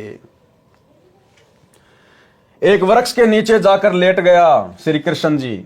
एक पैर को दूसरे पैर के घुटने पर रखकर लेट गया। दाएं पैर के पंजे में पद्म जन्म से लगा था जो चमक रहा था। जिस बालिया नाम के भील यानी शिकारी ने मछली से निकले कढ़ाई के कड़े का विष लगाकर तीर बनवाया था, वह शिकारी उसी तीर को लेकर उसी स्थान पर शिकार की तलाश में आया जिस वृक्ष के नीचे श्री कृष्ण लेटे थे। वृक्ष की छोटी छोटी टहनियां चारों ओर नीचे पृथ्वी को छू रही थी, लटक रही थी। उन झुरमटों में से श्री कृष्ण के पैर का पद्म ऐसा लग रहा था जैसे किसी हिरण की आंख चमक रही हो। शिकारी बालिया ने आव देखा न ताव, उस चमक पर तीर दे मारा। तीर निशाने पर लगा। पैर के तलवे में विषाक्त तीर लगने से श्री कृष्ण जी की चीख निकली। बालिया समझ गया कि किसी व्यक्ति को तीर लगा है। निकट जाकर देखा तो कोई राजा है। पूछने पर पता चला कि श्री कृष्ण है। अपनी गलती की क्षमा याचना करने लगा और कहा कि हे भगवान, धोखे से तीर लग गया। मैंने आपके पैर के पद्म की चमक मृग की आंख जैसी लगी, क्षमा करो। श्री कृष्ण ने कहा कि बालिया, तेरा कोई दोष नहीं है, होनी प्रबल होती है। मैंने तेरा बदला चुकाया है। त्रेता युग में तू किष्किंधा का राजा सुग्रीव का भाई बाली था। मैं अयोध्या में रामचंद्र नाम से राजा दशरथ के घर पर जन्मा था। उस समय मैंने तेरे को वृक्ष की ओट लेकर धोखा करके लड़ाई में मारा था। अब तू मेरा एक काम कर। अब बताओ भाई और बहनों, अपने कर्मों को ये भगवान नहीं काट पाए। त्रेता में श्री रामचंद्र जी अर्थात श्री विष्णु भगवान ने धोखे से पेड़ की ओट लेकर बाली को मारा। उसका बदला श्री कृष्ण रूप में द्वापर में देना पड़ा, अर्थात अपना वो किया हुआ कर्म भोगना पड़ा। जब ये भगवान अपना कर्म नहीं काट सकते तो इनकी भक्ति करने से आप और हमारे कर्म, आप और हमारे पाप कैसे कट जाएंगे? कॉमन सेंस की बात है। ये तो समर्थ काटेगा और लाखों के काट रहा है। अब तू मेरा एक काम कर, द्वारिका में जाकर बता दे कि सर्व यादव दुर्वासा के श्रापवश आपस में लड़कर मर गए हैं। कुछ समय उपरांत द्वारिका की स्त्रियों की भीड़ लग गई, हाहाकार मच गया। पांडव श्री कृष्ण के रिश्तेदार थे, वे भी आ गए। श्री कृष्ण ने अर्जुन से कहा कि आप सर्व गोपियों यानी यादवों की स्त्रियों को अपने पास ले जाना, या कोई नर यादव नहीं बचा है। आसपास के भील इनकी इज्जत खराब करेंगे। पांडवों से कहा कि तुम राज्य अपने पुत्र को देकर हिमालय में जाकर घोर तप करो और अपने युद्ध में किए गए पापों का नाश करो। अर्जुन ने पूछा, भगवान एक प्रश्न आज मैं आपसे करूंगा, आप सत्य उत्तर देना। आप अंतिम श्वास गिन रहे हो, झूठ मत बोलना। श्री कृष्ण ने कहा कि प्रश्न कर। अर्जुन बोला, आपने गीता का ज्ञान कुरुक्षेत्र के मैदान में महाभारत युद्ध से पहले सुनाया था। उसमें कहा था कि अर्जुन तू युद्ध कर ले, तुम्हें कोई पाप नहीं लगेंगे, तू निमित्त मात्र बन जा, सब सैनिक मैंने मार रखे हैं, तू युद्ध नहीं करेगा तो भी मैं इन्हें मार दूंगा। जब युधिष्ठिर को भयंकर शोपन आने लगे, आपसे कारण जाना तो आपने बताया था कि युद्ध में किए बंधुघात के पाप के परिणाम स्वरूप कष्ट आया। समाधान यज्ञ करना बताया। उस समय मैं आपसे विवाद नहीं कर सका क्योंकि भाई की जिंदगी का सवाल था। आज फिर आपने वही जख्म हरा कर दिया। इतनी झूठ बोलकर हमारा नाश किस लिए करवाया? कौन से जन्म का बदला लिया? श्री कृष्ण ने कहा, अर्जुन तुम मेरे अजीज हो, होनहार बलवान होती है। गीता में क्या कहा उसका मुझे कोई ज्ञान नहीं, आप मेरी आज्ञा का पालन करो। ये कहकर श्री कृष्ण जी मर गए। अपने रिश्तेदारों का भी समाधान नहीं कर पाए, सर्व यादवों का सत्यानाश कर दिया। अब बहुत सारे भाई बहन कहते हैं कि जब सारे 56 करोड़ यादव मर गए थे, फिर ये वर्तमान के यादव कहां से आ गए? तो इसका समाधान भी गुरुदेव ने बताया, अन्यथा कोई सोच भी नहीं सकता। और गुरुदेव ने कहा केवल 56 करोड़ यादव मरे थे नर, औरतें नहीं मरी थी उस शराब से। उन औरतों के गर्भ में जो बच्चे थे, आगे चलकर उनसे यादव कुल धीरे धीरे फिर चला है। पांचों पांडवों व साथ गए नौकरों ने मिलकर सब यादवों का अंतिम संस्कार किया। कुछ एक के शव दरिया में परवाह कर दिए। श्री कृष्ण ने कहा था कि मेरे शरीर को जलाकर बची हुई अस्थियां व राख को एक लकड़ी के संदूक में डालकर दरिया में बहा देना। पांडवों ने वैसा ही किया। वो संदूक समुद्र में चला गया, फिर उड़ीसा प्रांत के अंदर जगन्नाथपुरी के पास बहता हुआ चला गया। उड़ीसा के राजा इंद्रदमन को शौपन में श्री कृष्ण ने दर्शन देकर, श्री कृष्ण ने नहीं, इस कबीर परमात्मा ने दर्शन देकर कहा कि एक संदूक समुद्र में इस स्थान पर है, उसमें मेरे शरीर की अस्थियां तथा राख हैं, उसको निकालकर उसी किनारे पर उन अस्थियों को जमीन में दबाकर ऊपर एक सुंदर मंदिर बनवा दे। ऐसा किया गया, जो जगन्नाथ नाम से मंदिर प्रसिद्ध है। 4 पांडव पहले चले गए, अर्जुन को गोपियों को लेकर आने को छोड़ गए। अर्जुन के पास वही गांडीव धनुष था जिससे लड़ाई करके महाभारत में जीत प्राप्त की थी। अर्जुन द्वारिका की सर्व स्त्रियों को बैलगाड़ियों में बैठाकर दिल्ली के लिए चल पड़ा। रास्ते में भीलों ने अर्जुन को घेर लिया, अर्जुन को पीटा, गोपियों को लूटा, कुछ स्त्रियों को भील उठा ले गए। अर्जुन कुछ नहीं कर सका, धनुष उठा भी नहीं सका। तब अर्जुन ने कहा था कि श्री कृष्ण नाश करने आया था, युद्ध में पाप करवाने के लिए तो बल दे दिया। लाखों योद्धा इसी गांडीव धनुष से मार गिराए, कोई मेरे सामने टिकने वाला नहीं था। आज वही अर्जुन है, वही धनुष है, मैं खड़ा खड़ा कांप रहा हूं। श्री कृष्ण जालिम था, धोखेबाज था, अर्जुन सोच रहा है। कबीर परमेश्वर जी हमें समझाते हैं कि ये जुल्म श्री कृष्ण ने नहीं किया, ज्योति निरंजन काल ब्रह्म ने किया है। श्री कृष्ण का जीवन देख लो। श्री कृष्ण अपने कुल को मथुरा से लेकर जान बचाकर द्वारिका आया। द्वारिका में उनकी आंखों के सामने सब यादव कुल नष्ट हो गया।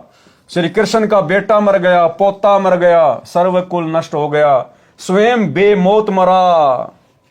तो आज भाई और बहनों, उस श्री कृष्ण की भक्ति से आप और हमारी अकाल मृत्यु भला कैसे टल सकती है? 1% भी नहीं। उसके कुल की स्त्रियों की दुर्गति भीलों ने की, जबरदस्ती उठा ले गए, उनकी इज्जत खराब की, नरक का जीवन जीने के लिए मजबूर हुई। उसी श्री कृष्ण की पूजा करके जो सुख शांति की आशा करता है, उसमें कितनी बुद्धि है, इस घटना से पता चलता है। वाणी नंबर 150 से 184। ग्रीब दुर्वासा काली सीला ब्रज बली तिहु लोक, अम्बरीश दरबार में तिन भी खाया धोक। ग्रीब चक्र सुदर्शन शीस पड़ी, अम्बरीश को घाली, 3 लोक भागे फिरे ऐसे अवगत चाल। ग्रीब कलप किसी नहीं कीजिए, जो चाहे सो होए, दुर्वासा के छिपन को कहीं न पाई खोई। गरीब स्वर्ग मृत पाताल में चक्र सुदर्शन डीक, दुर्वासा के चक्कर से जरे नहीं अमरीश। गरीब चक्र अपूठा फिर गया चरण कवल को छूही, भक्ति विशंबर नाथ की देखी दूर बरदू। गरीब कोटि बजर को फूक दे चक्र सुदर्शन चूर, भक्ति वत्सल भगवान से रह पैड़ 10 दूर।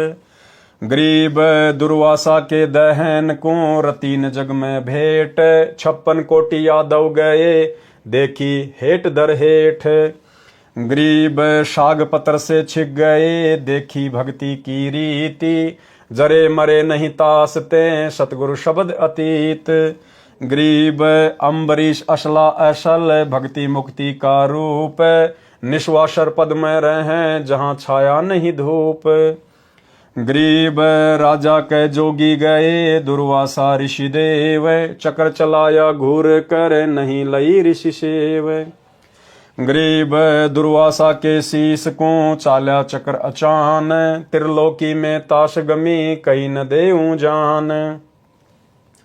गरीब श्वेत लोक विष्णु पूरी दुर्वासा चली जाए, तहां कबीर विष्णु रूप धरी कीनी देख सहाय।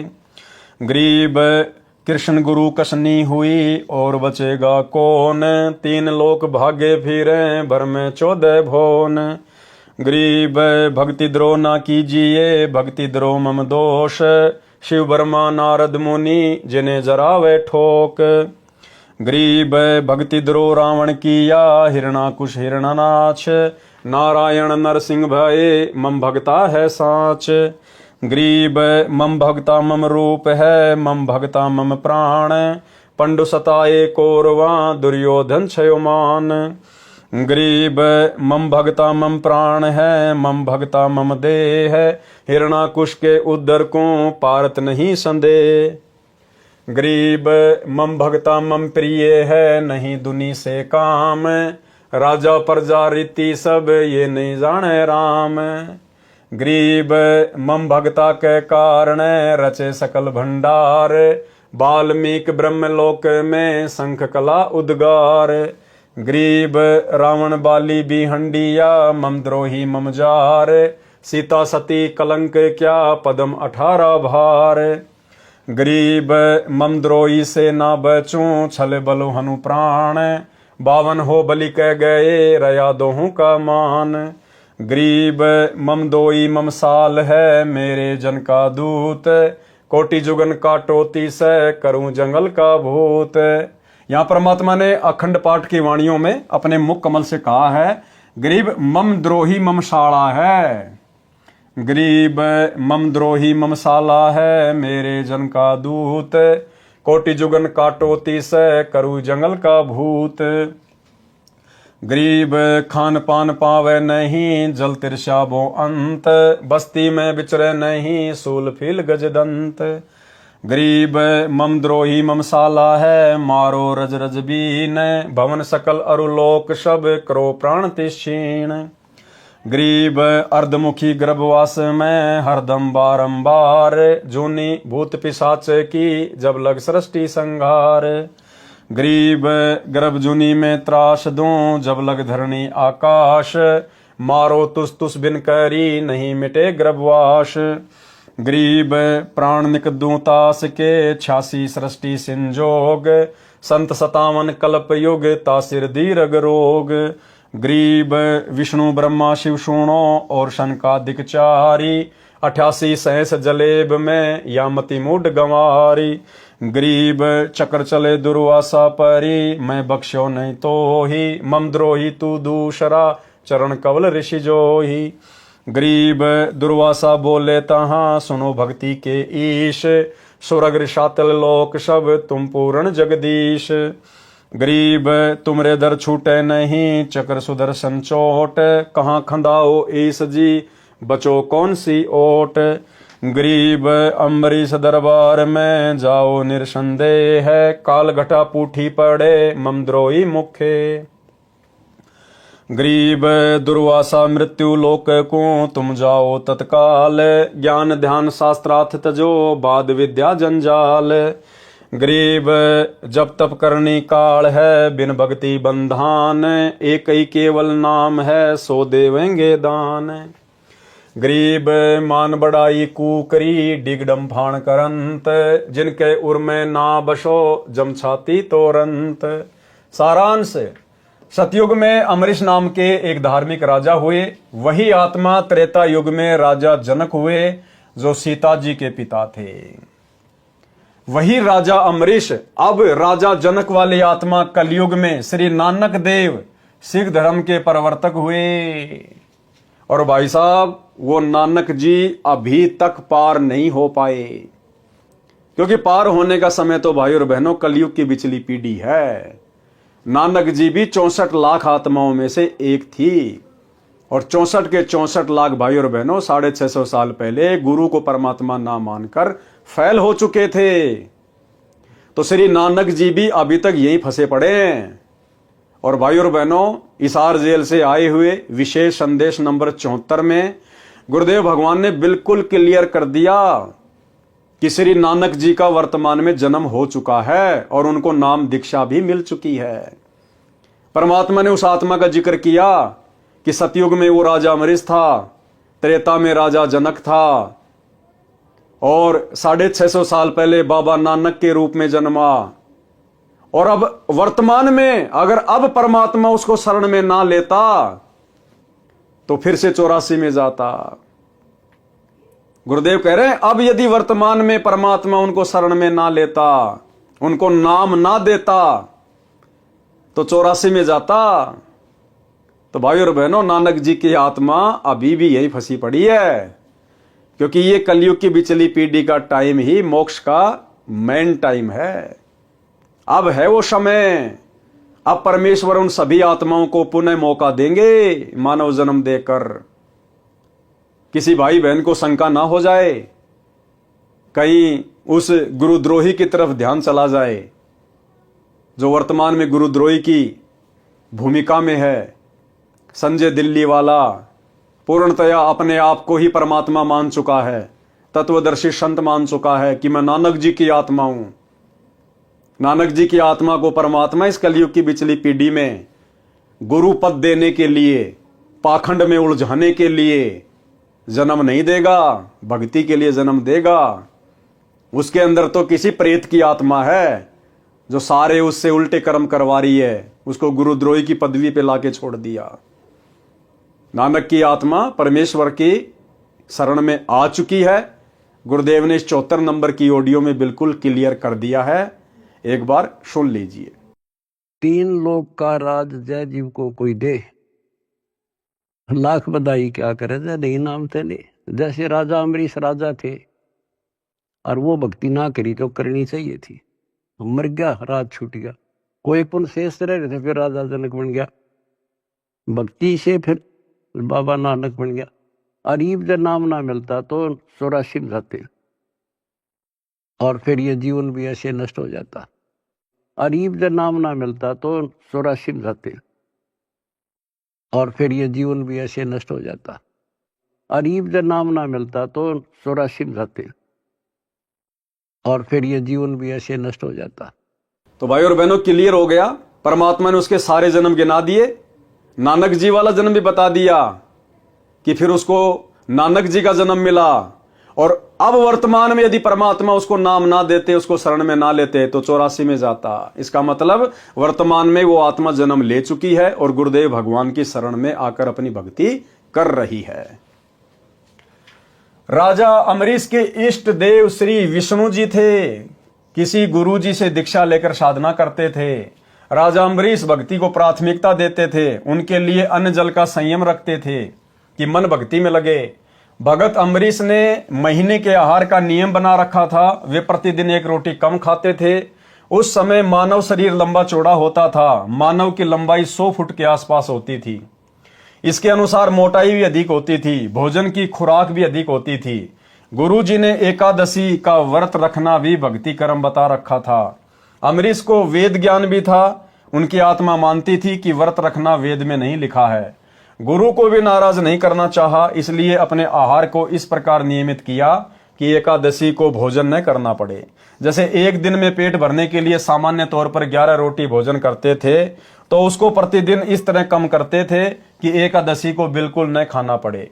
जैसे कृष्ण पक्ष की अमावस्या को रोटी व अन्य सब्जी खाते थे, तो प्रतिदिन एक रोटी व उसी अनुसार सब्जी भी कम कर देते थे। तो एकादशी को कुछ नहीं खाते थे, फिर इसी तरह प्रतिदिन एक एक रोटी बढ़ाते थे। यह प्रति महीने का क्रम था।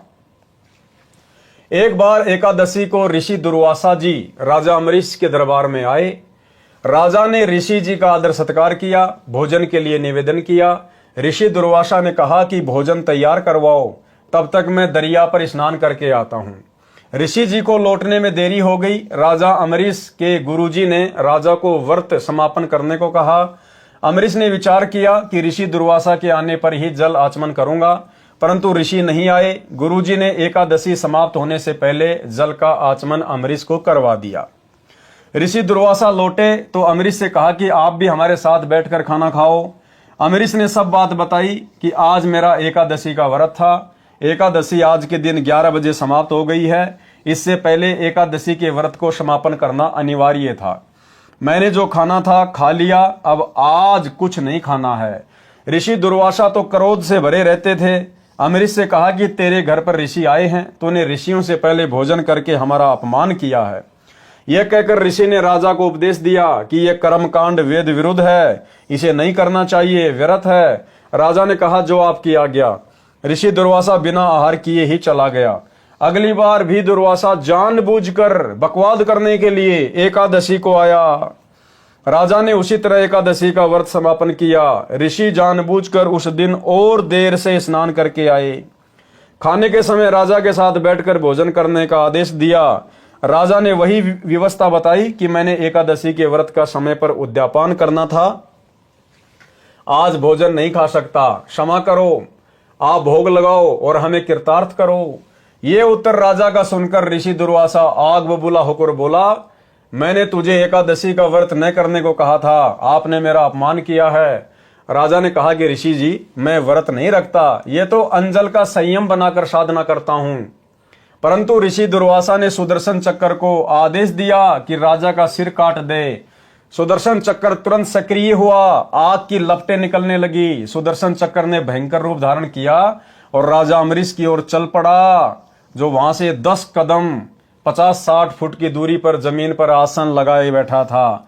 राजा के चरण छूकर सुदर्शन चक्र वापस दुर्वासा ऋषि की ओर मुड़ा और ऋषि के शांत करने पर भी शांत नहीं हुआ, तो ऋषि को समझते देर न लगी कि चक्र तेरे को भस्म करेगा। भाई और बहनों, यही दुर्वासा वाली गलतियां ये सतलोक आश्रम मैनेजमेंट हरियाणा गुरुजी का परिवार, ये कोऑर्डिनेटर लोग बरवाला कांड 2014 से लगातार सात संगतियों में सत्सेवकों के साथ में कर रहे हैं। भाई हम अपनी सात संगतियां रख रहे हैं, हम भगत भाई बहन मिलकर अपने गुरु को इष्ट मानकर भोग लगा रहे हैं, हम भाई बहन मिलकर शंका समाधान करते हैं, गुरु के ज्ञान पे चर्चा करते हैं, गुरु की महिमा करते हैं, भंडारा करते हैं। ये लोग जबरदस्ती जानबूझकर बकवाद करने के लिए दुर्वासा ऋषि की तरह काल प्रेरणा से सात संगत वाले भाई बहनों के साथ में मार पिटाई करते हैं, लड़ाई झगड़ा करते हैं। एक बार नहीं, 2 बार नहीं, अनेकों बार इन्होंने जानबूझकर बकवादें की है। भाई और बहनों, भक्ति विधान तो वही है। अब आने वाले समय में भी इन लोगों के साथ में वही बनेगी जो दुर्वासा ऋषि के साथ बनी, जानबूझकर बकवाद करने वालों के साथ बनी। हम कोई गुरुजी के परिवार के घर में जाके साथ संगतियां नहीं करते, हम इनके आश्रमों में जाके साथ संगतियां नहीं करते, हम इन आश्रम वालों को बुलाते भी नहीं, लेकिन जबरदस्ती काल प्रेरणा से ये लोग साथ संगति में व्यवधान डालने के लिए दुर्वासा की तरह आ टपकते हैं। तो भाई और बहनों, ये जानबूझकर बकवाद करते हैं और आने वाले समय में भक्ति विधान अनुसार इनके साथ में वही बनेगी जो दुर्वासा के साथ में बनी। क्या कहा परमात्मा ने आगे? तो ऋषि को समझते देर न लगी कि चक्कर तेरे को भस्म करेगा। अपने प्राणों की रक्षा के लिए पहले अपने इष्ट देव श्री शिव जी के पास गए, सब बात बताई तथा रक्षा की प्रार्थना की। श्री शिव जी से भी सुदर्शन चक्र शांत नहीं हुआ, तो ऋषि से कहा कि भाग भाग, हमें भी मरवाएगा। ऋषि दुर्वासा श्री ब्रह्मा जी के पास गया, वहां से भी भगा दिया और बताया कि विष्णु के पास जा, अम्बरीश विष्णु का भगत है।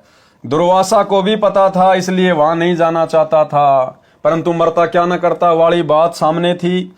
ऋषि दुर्वासा सिद्धि से उड़े जा रहा था श्री विष्णु के रूप में। अब देखो वहां कौन बैठे थे श्री विष्णु के रूप में? श्री विष्णु के रूप में परमात्मा पूर्ण ब्रह्म, कौन? सतगुरु रामपाल जी भगवान, ये कबीर देव 33 करोड़ देवताओं की सभा लगाए हुए थे। परमात्मा को सब पता था कि दुर्वासा विष्णु के पास जाएगा, इसलिए विष्णु के सभा स्थल से 10 योजन दूर, एक योजन में 4 कोस होती हैं, एक कोस में 3 किलोमीटर यानी 120 किलोमीटर दूर लीला करने के लिए सभा लगाए हुए थे। परमात्मा भगत की महिमा बनाते हैं। ऋषि दुर्वासा कभी पीछे मुड़कर सुदर्शन चक्कर की ओर देख रहा था कि कितना दूर पीछे है, तो कभी आगे को देखकर उड़ा जा रहा था। जैसे भगवान शंकर भस्मासुर को देख देख कर आगे की ओर भगा जा रहा था।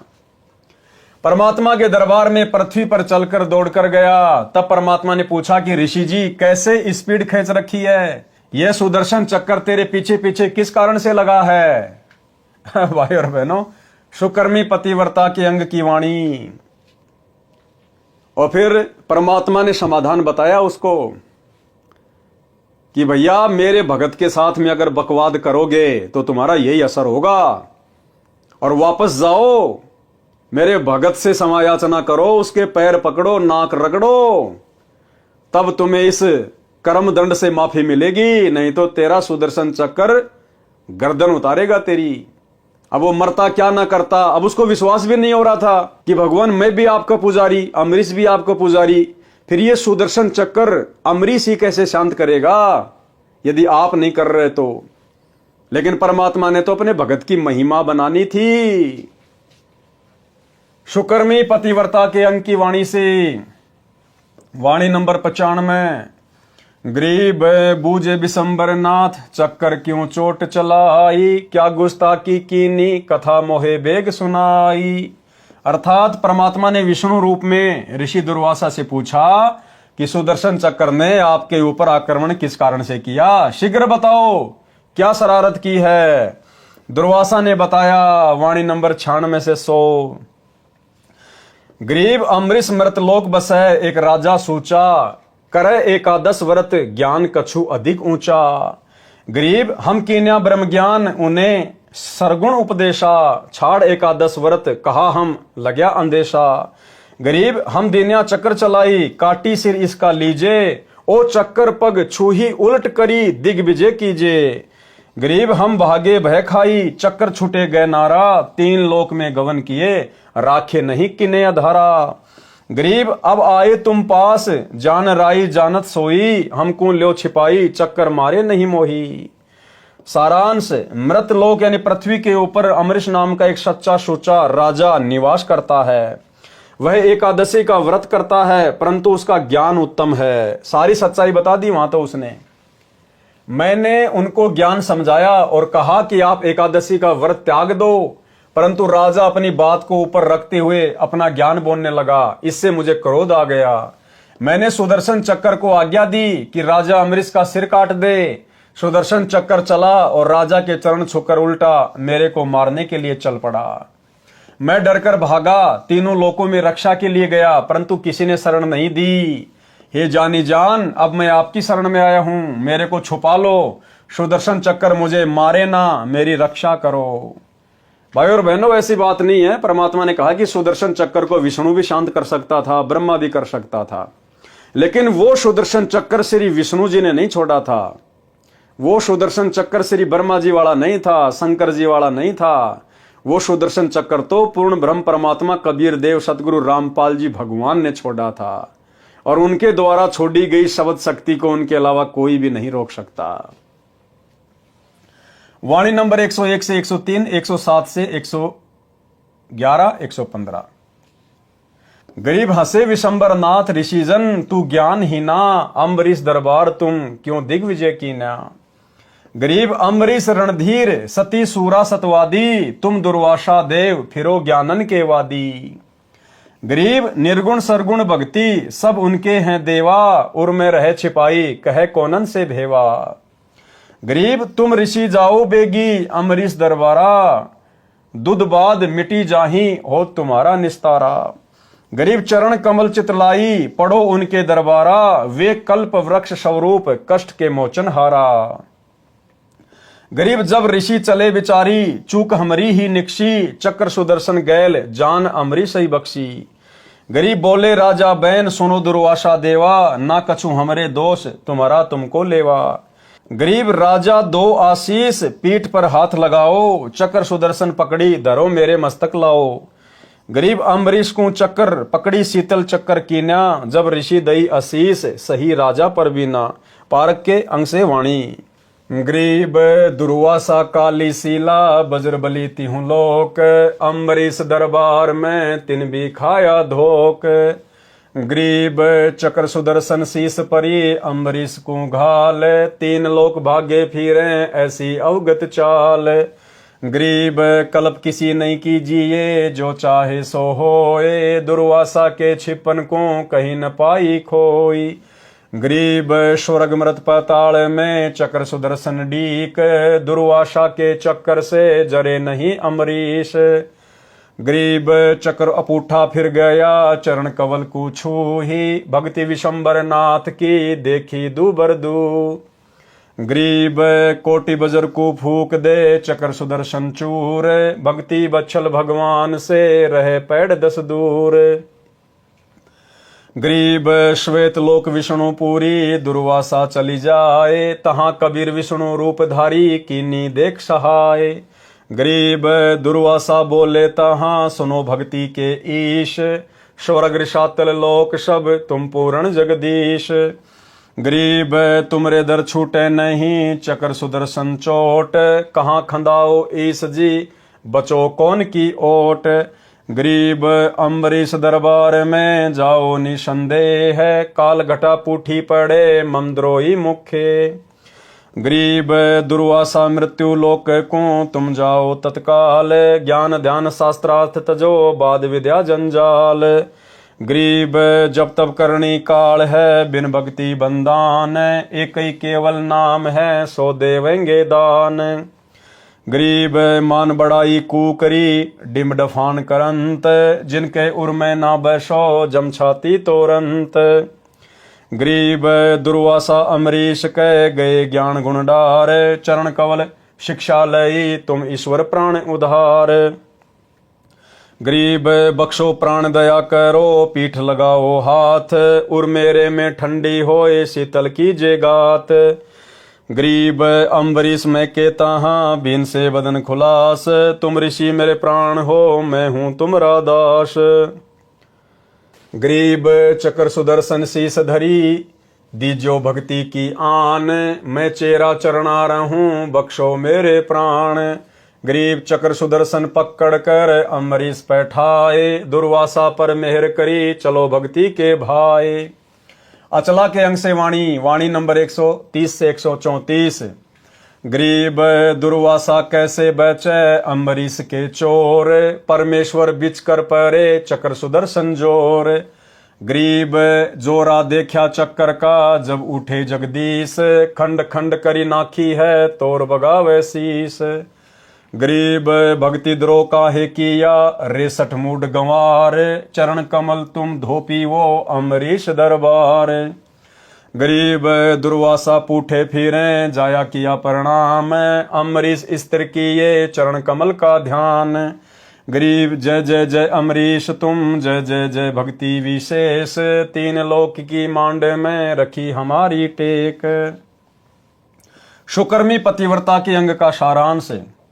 दुर्वासा के ये वचन सुनकर परमात्मा जी हंसने लगे और बोले कि ऋषि तू ज्ञानहीन है, अम्बरीश के दरबार में झगड़ा क्यों किया। इसी प्रकार आने वाले समय में परमात्मा इनको धमकाएंगे, आश्रम वालों को, कोऑर्डिनेटरों को, अपने बेटा बेटियों को, भाई को, कि नालायकों वो अपनी भक्ति कर रहे थे। अरे वो अपनी कर रहे थे, तुम अपनी कर रहे थे, वो तुम्हारे घर पे आके थोड़ी कर रहे थे, आश्रमों में थोड़ी कर रहे थे। जैसा उन्होंने मेरी भक्ति को समझा वो कर रहे थे। तुमने वहां जाकर व्यर्थ में वाद विवाद क्यों किया, लड़ाई झगड़ा क्यों पैदा किया। तो भाइयों और बहनों अंत में इनको माफी मांगनी पड़ेगी। लेकिन ये कलयुग की बिचली पीढ़ी है भाइयों और बहनों, वर्तमान में परमात्मा के नहीं भक्तों की महिमा नहीं बनाएंगे, वर्तमान में तो गुरुदेव भगवान की ही महिमा बनेगी। और इन मूर्खों ने अपने गुरुदेव से नाक रगड़ रगड़ के अंत में माफी मांगनी पड़ेगी। सतलोक आश्रम मैनेजमेंट वालों ने, गुरुदेव के कलयुगी परिवार वालों ने।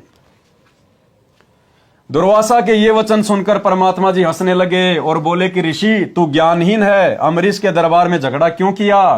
अम्बरीश राजा तो पूर्ण रूप से मेरे में समर्पित है। जिस प्रकार सत्सेवक भाई बहन अपने गुरुजी में समर्पित होकर साथ संगतियां रखते हैं, सत्य वक्ता हैं यानी ज्ञान आधार से चर्चा करते हैं।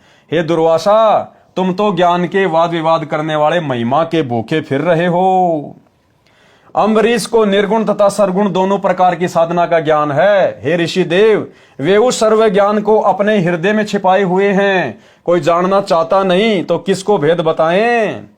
हे ऋषि तुम शीघ्र अम्बरीश के दरबार में जाओ, तुम्हारा सब अज्ञान अंधेरा समाप्त होगा, तुम्हारा कल्याण हो जाएगा। हे ऋषि दुर्वासा तुम अम्बरीश के दरबार में जाकर उनके चरणों में गिरो, वे संकट के मोचन करने वाले हैं। अचला के अंक की वाणी का सारांश। ठीक इसी प्रकार भाइयों और बहनों, एक सत्संग में गुरुदेव ने स्पष्ट कर दिया अपनी संगत के लिए भी कि जैसे तुम आपस में झगड़ा करते हो और भले तुम दोनों भगत हैं, भले दो भगत हैं और आपस में झगड़ा कर रहे हैं, दोनों ने नाम भी ले रखा है, और एक भगत बेचारा कुछ नहीं कहता और एक जबरदस्ती उसको परेशान करता है। जैसे हम सत्सेवक भाई बहन कुछ नहीं करते और ये मैनेजमेंट वाले जबरदस्ती हमारे को दुखी करते हैं, परेशान करते हैं। तो परमात्मा ने बताया जो भगत बेचारा शांत है, कुछ नहीं करता, ज्ञान आधार से भक्ति कर रहा है, उसकी तो परमात्मा रक्षा करेगा, और जो जबरदस्ती बकवाद करता है उसका परमात्मा बक्कल उतारेगा, दुर्वासा ऋषि की तरह। ये छोटा सा सत्संग है, सुन लीजिए गुरुदेव के मुख कमल से। इसमें एक बहुत बड़ा नियम है प्रभु का कि सबसे ज्यादा हमें अधीन रहना होगा।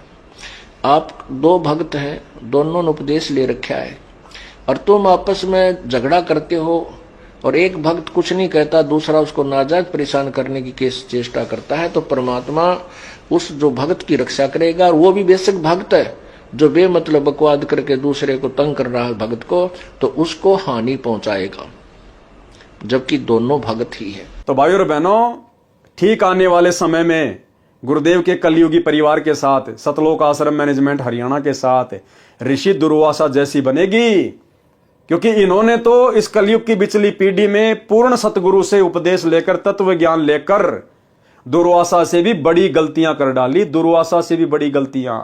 अरे दुर्वासा को तो तत्व ज्ञान नहीं था, उसको तो निर्गुण सरगुण भक्ति का ज्ञान नहीं था। आज तुम्हें गुरुदेव ने क्या कमी छोड़ दी ज्ञान समझाने में 30 वर्षों में, फिर भी तुमने अपने स्वार्थ के लिए सात संगतियों में आकर काल प्रेरणा से झगड़ा किया, बकवादे की, मुकदमे लगवाए, भक्तों को जेल करवाई, भक्तों के साथ में मारपीट की। तुम्हारे साथ क्या बनेगी? तुम्हारे ही कर्मों के प्रतिफल में। अचला के अंक की वाणी का सारांश संत गरीबदास जी बता रहे हैं कि दुर्वासा कैसे बच सकता था। वह तो एक महान आत्मा अम्बरीश का चोर था, यानी अम्बरीश के यथार्थ ज्ञान को सुनकर भी अपने अहंकार का प्रदर्शन किया। ठीक इसी प्रकार सात संगति की वीडियो देखकर भी सतलोक आश्रम मैनेजमेंट हरियाणा वाले अपने अहंकार का ही प्रदर्शन कर रहे हैं, सच्चाई को स्वीकार नहीं रहे। वह तो परमेश्वर जी बीच में आ गए, अन्यथा सुदर्शन चक्र तो बहुत शक्तिशाली है। इसी प्रकार भाई और बहनों, जो कर्म वर्तमान में गुरुदेव का परिवार कर रहा है, कोऑर्डिनेटर कर रहे हैं, ये तो सतगुरु रामपाल जी भगवान इनका बीच बचाव कर रहे हैं, इनके बीच में पड़े हैं, नहीं तो इनके कर्मों का दंड बहुत भयंकर है।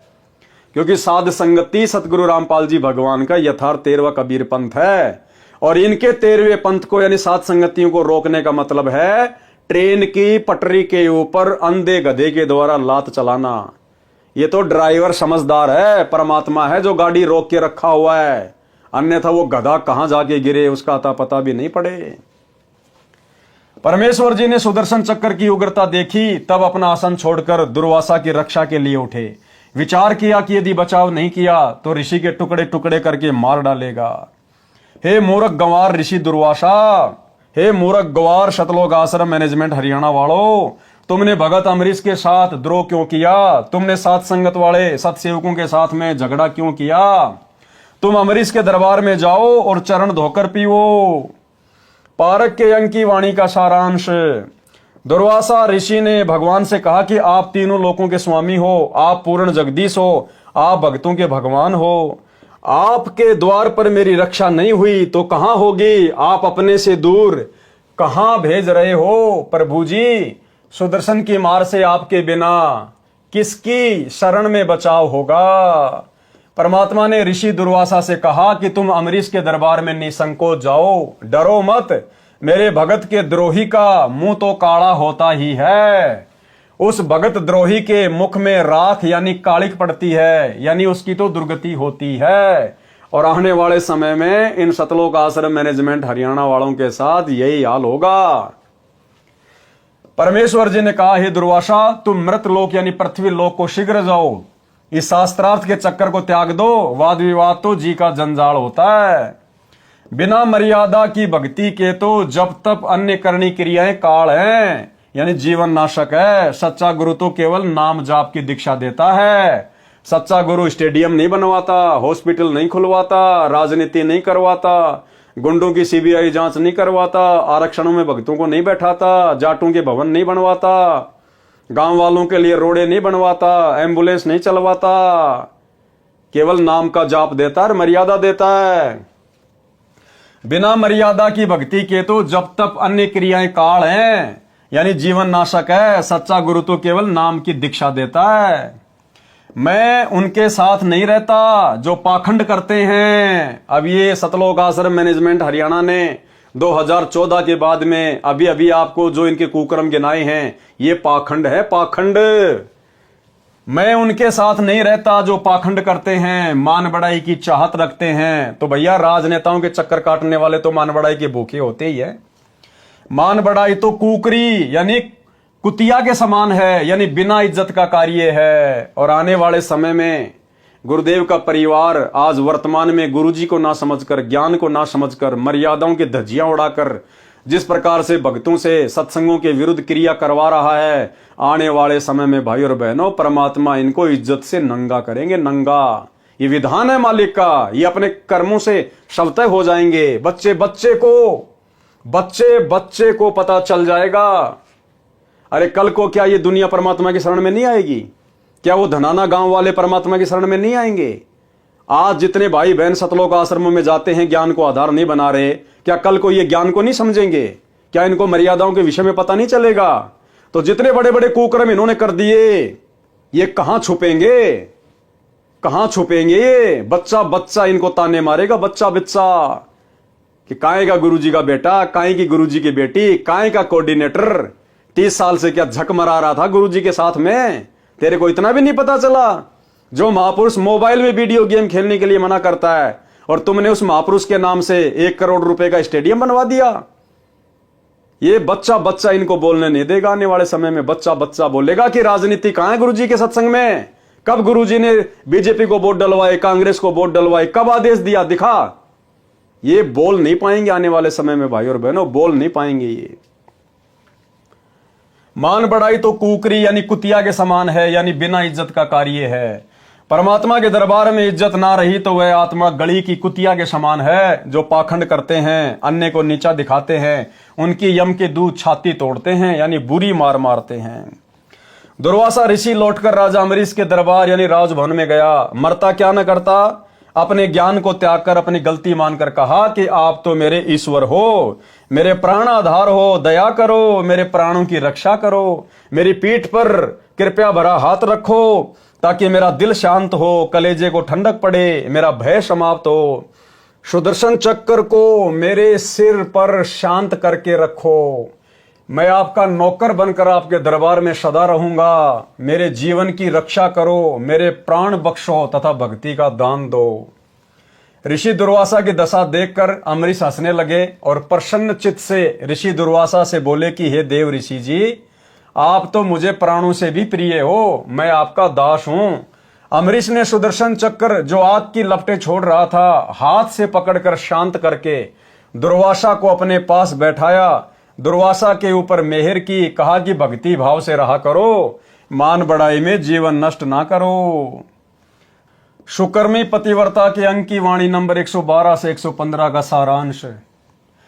जब परमेश्वर कबीर जी ने ऋषि दुर्वासा जी से स्पष्ट कह दिया कि आप अम्बरीश के दरबार में जाओ, वे क्षमा करेंगे तो आपकी जान बचेगी, अन्यथा काल सिर पर नाच ही रहा है, तब ऋषि दुर्वासा को भीड़ी धरती हो गई, यानी धरती छोटी पड़ गई, यानी संकट में गिर गया और विचार किया कि मेरी ही गलती पाई। इसी प्रकार अंत में सतलोक आश्रम मैनेजमेंट हरियाणा को, जो वर्तमान में अहंकार में अंधा होके ये देख ही नहीं रहा कि परमात्मा की यथार्थ भक्ति कहाँ है, मर्यादाएं कहाँ हैं, साथ संगतियां क्या हैं, हम उन साथ संगत वालों के साथ में ऐसा बुरा बर्ताव क्यों कर रहे हैं।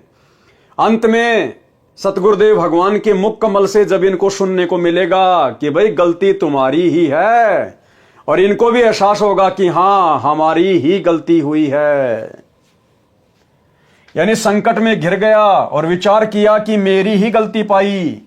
सुदर्शन चक्र पीछा नहीं छोड़ रहा है, अब तो राजा अम्बरीश ही पीछा छुड़वाएगा, वही जीवन दान देगा। राजा अम्बरीश बोले कि हे दुर्वासा देव जी, मैंने कुछ नहीं किया, आपने जैसा किया उसका फल ही मिला है, इसमें मेरा कोई दोष नहीं है। ऋषि दुर्वासा ने निवेदन किया कि मेरी रक्षा करो, सुदर्शन चक्र को शांत करो। राजा अम्बरीश ने सुदर्शन चक्र को शांत करके ऋषि को पकड़ा दिया, बोले कि ले तेरी मिसाइल, फिर गलती न करना। तब ऋषि दुर्वासा के जान में जान आई और अम्बरीश को आशीष दी कि धन्यवाद, आप विद्वान हो, महापुरुष हो। अचला के अंक की वाणी नंबर 133 134 का भी यही अर्थ है, दुर्वासा तथा अम्बरीश की सत्य कथा का सारांश। तो भाई और बहनों, आज की वीडियो में हम केवल इतना ही लेंगे। इन कथाओं के माध्यम से हमने शिक्षा साथ साथ लेकर चलना है। अगर हम इनको पढ़ते चले गए, सुनते चले गए, अपने जीवन में इन शिक्षाओं को लागू किया नहीं, तो इनको सुनने और सुनाने का कोई फायदा नहीं है। तो भाई और बहनों, हम भगत हैं, संत हैं, गुरुदेव ने हमारे कुछ लक्षण बताए हैं, गुण बताए हैं। हमने अपनी मर्यादाओं में रहकर, अपने परमात्मा से डरकर, भक्ति भाव से चलते हुए हमने इस काल के लोक में गुरु आशीर्वाद से विजय प्राप्त करनी है। यानी हमने हर स्थिति में ज्ञान को आधार बनाकर एक भगत के लक्षण अपने ऊपर धारण करके गुरुदेव को प्रसन्न करना है। अगर मोक्ष प्राप्त करना है तो सीधा सीधा पॉइंट है कि अपने गुरु को प्रसन्न रखो। आपकी किसी भी क्रिया से गुरु दुखी ना हो जाए। जिन बातन से गुरु दुख पावे उन बातों को दूर भगावे। हमने उन कर्मों से हमेशा दूरी बना के रखनी है जिन कर्मों से, जिन अमर्यादित हरकतों से हमारे गुरुदेव नाराज हों, रुष्ट हों, उनको चोट पहुंचे। तो हमने तो मोक्ष प्राप्त करना है, इसलिए तो हम इतना सब कुछ प्रयत्न कर रहे हैं। और यदि हमने मर्यादा तोड़ दी, भगत के लक्षण धारण किए नहीं, दुर्वासा की तरह हो गए, सतलोक आश्रम मैनेजमेंट हरियाणा वालों की तरह बिहेव करने लग गए, तो फिर क्या बनेगी हमारे साथ में। अंत में किया कर्म तो दे देगा परमात्मा, राजा बना देगा, महाराजा बना देगा, देव बना देगा, लेकिन मोक्ष तो नहीं हुआ। मोक्ष नहीं हुआ तो फिर 84, फिर ये कष्ट, समस्याएं यूं की यूं खड़ी रहेंगी। तो भाई और बहनों, हमने तो हर हाल में सहन करते हुए आगे बढ़ना है। जैसे हमारे गुरुदेव भगवान एक भगत की भूमिका करते हुए सबकी गालियां, सबकी मार पिटाई, सबके लांछन, सबके व्यंग, ताने, जेल सहन करते हुए निरंतर भक्ति मार्ग पर आगे बढ़ रहे हैं। हमने भी उसी प्रकार से अपने गुरु के भक्ति वाले जीवन को देखते हुए निरंतर आगे की ओर बढ़ना है, नीची गर्दन करके अपने आप को मृत जानकर। तब गुरु हमसे प्रसन्न होंगे। तो भाई और बहनों, आज की वीडियो में केवल इतना ही। कल रात्रि 8 बजे फिर से सभी भाई बहन लाइव जुड़िए। तब तक गुरुदेव भगवान हम सबको आज्ञा दें, इजाजत दें, आशीर्वाद दें। बंदी छोड़ सतगुरु रामपाल जी भगवान की जय हो।